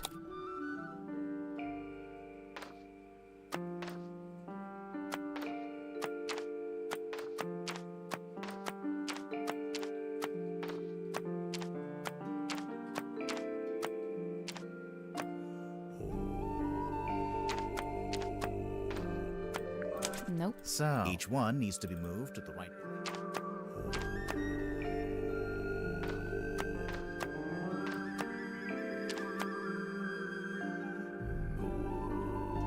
That's not it. Looks like the board's been The divided. shape looks familiar. Of course. Remember Mariana?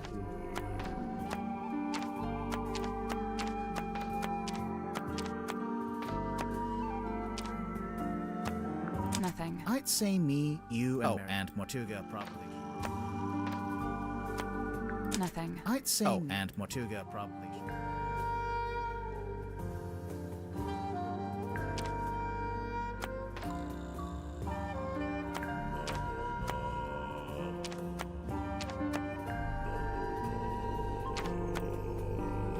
Nothing. I'd say me, you, and Mariana all need to be in the same segment.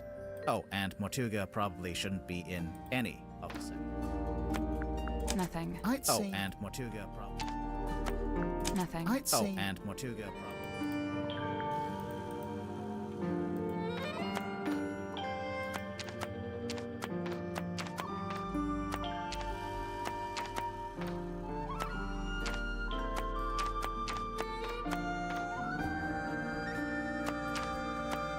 Nothing. I'd say me. Oh, and Mortuga probably should.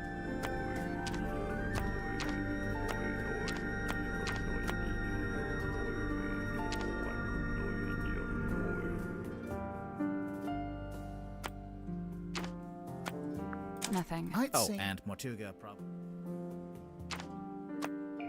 Nothing. I'd say... and Mortuga probably... Why isn't it working? What's the... We'll come back later.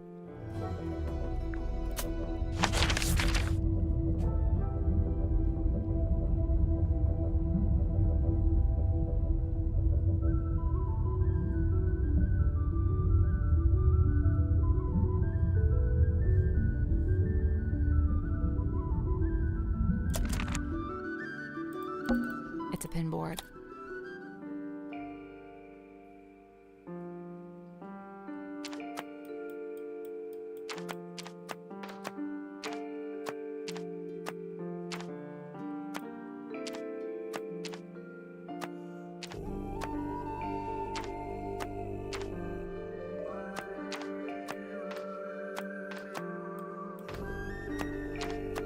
That was right. Okay. I'm impressed. Nothing happened. What were you expecting? Normally, when we complete a puzzle, something unlocks and we get a new clue. Yeah, we've been conditioned to expect it. If it's a clue you want, take a look on the back of the pinboard. What's this? Huh?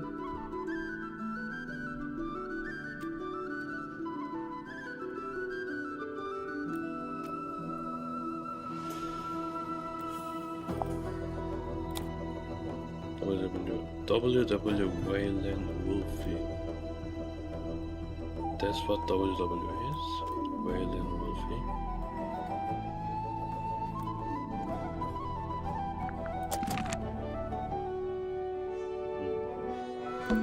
This is actually a pretty good place to hang laundry. Assuming you want your clothes to smell like the cargo hold of a submarine. Oh?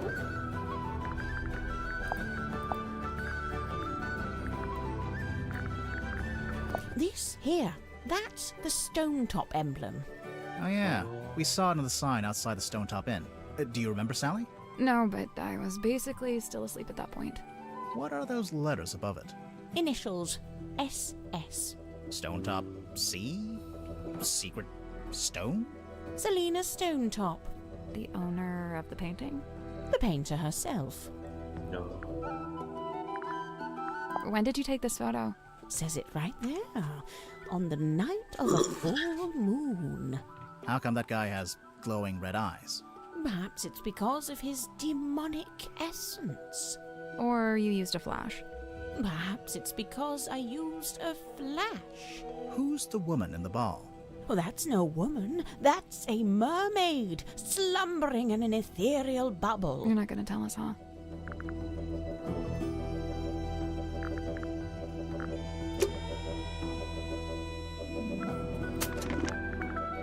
Well, that wasn't okay.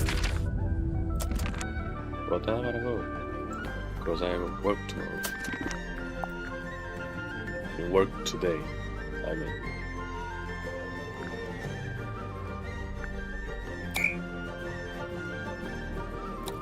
Work today and it starts in 1 hour, so I need to go now. It's raining like crazy today. Wish me luck. That was fun.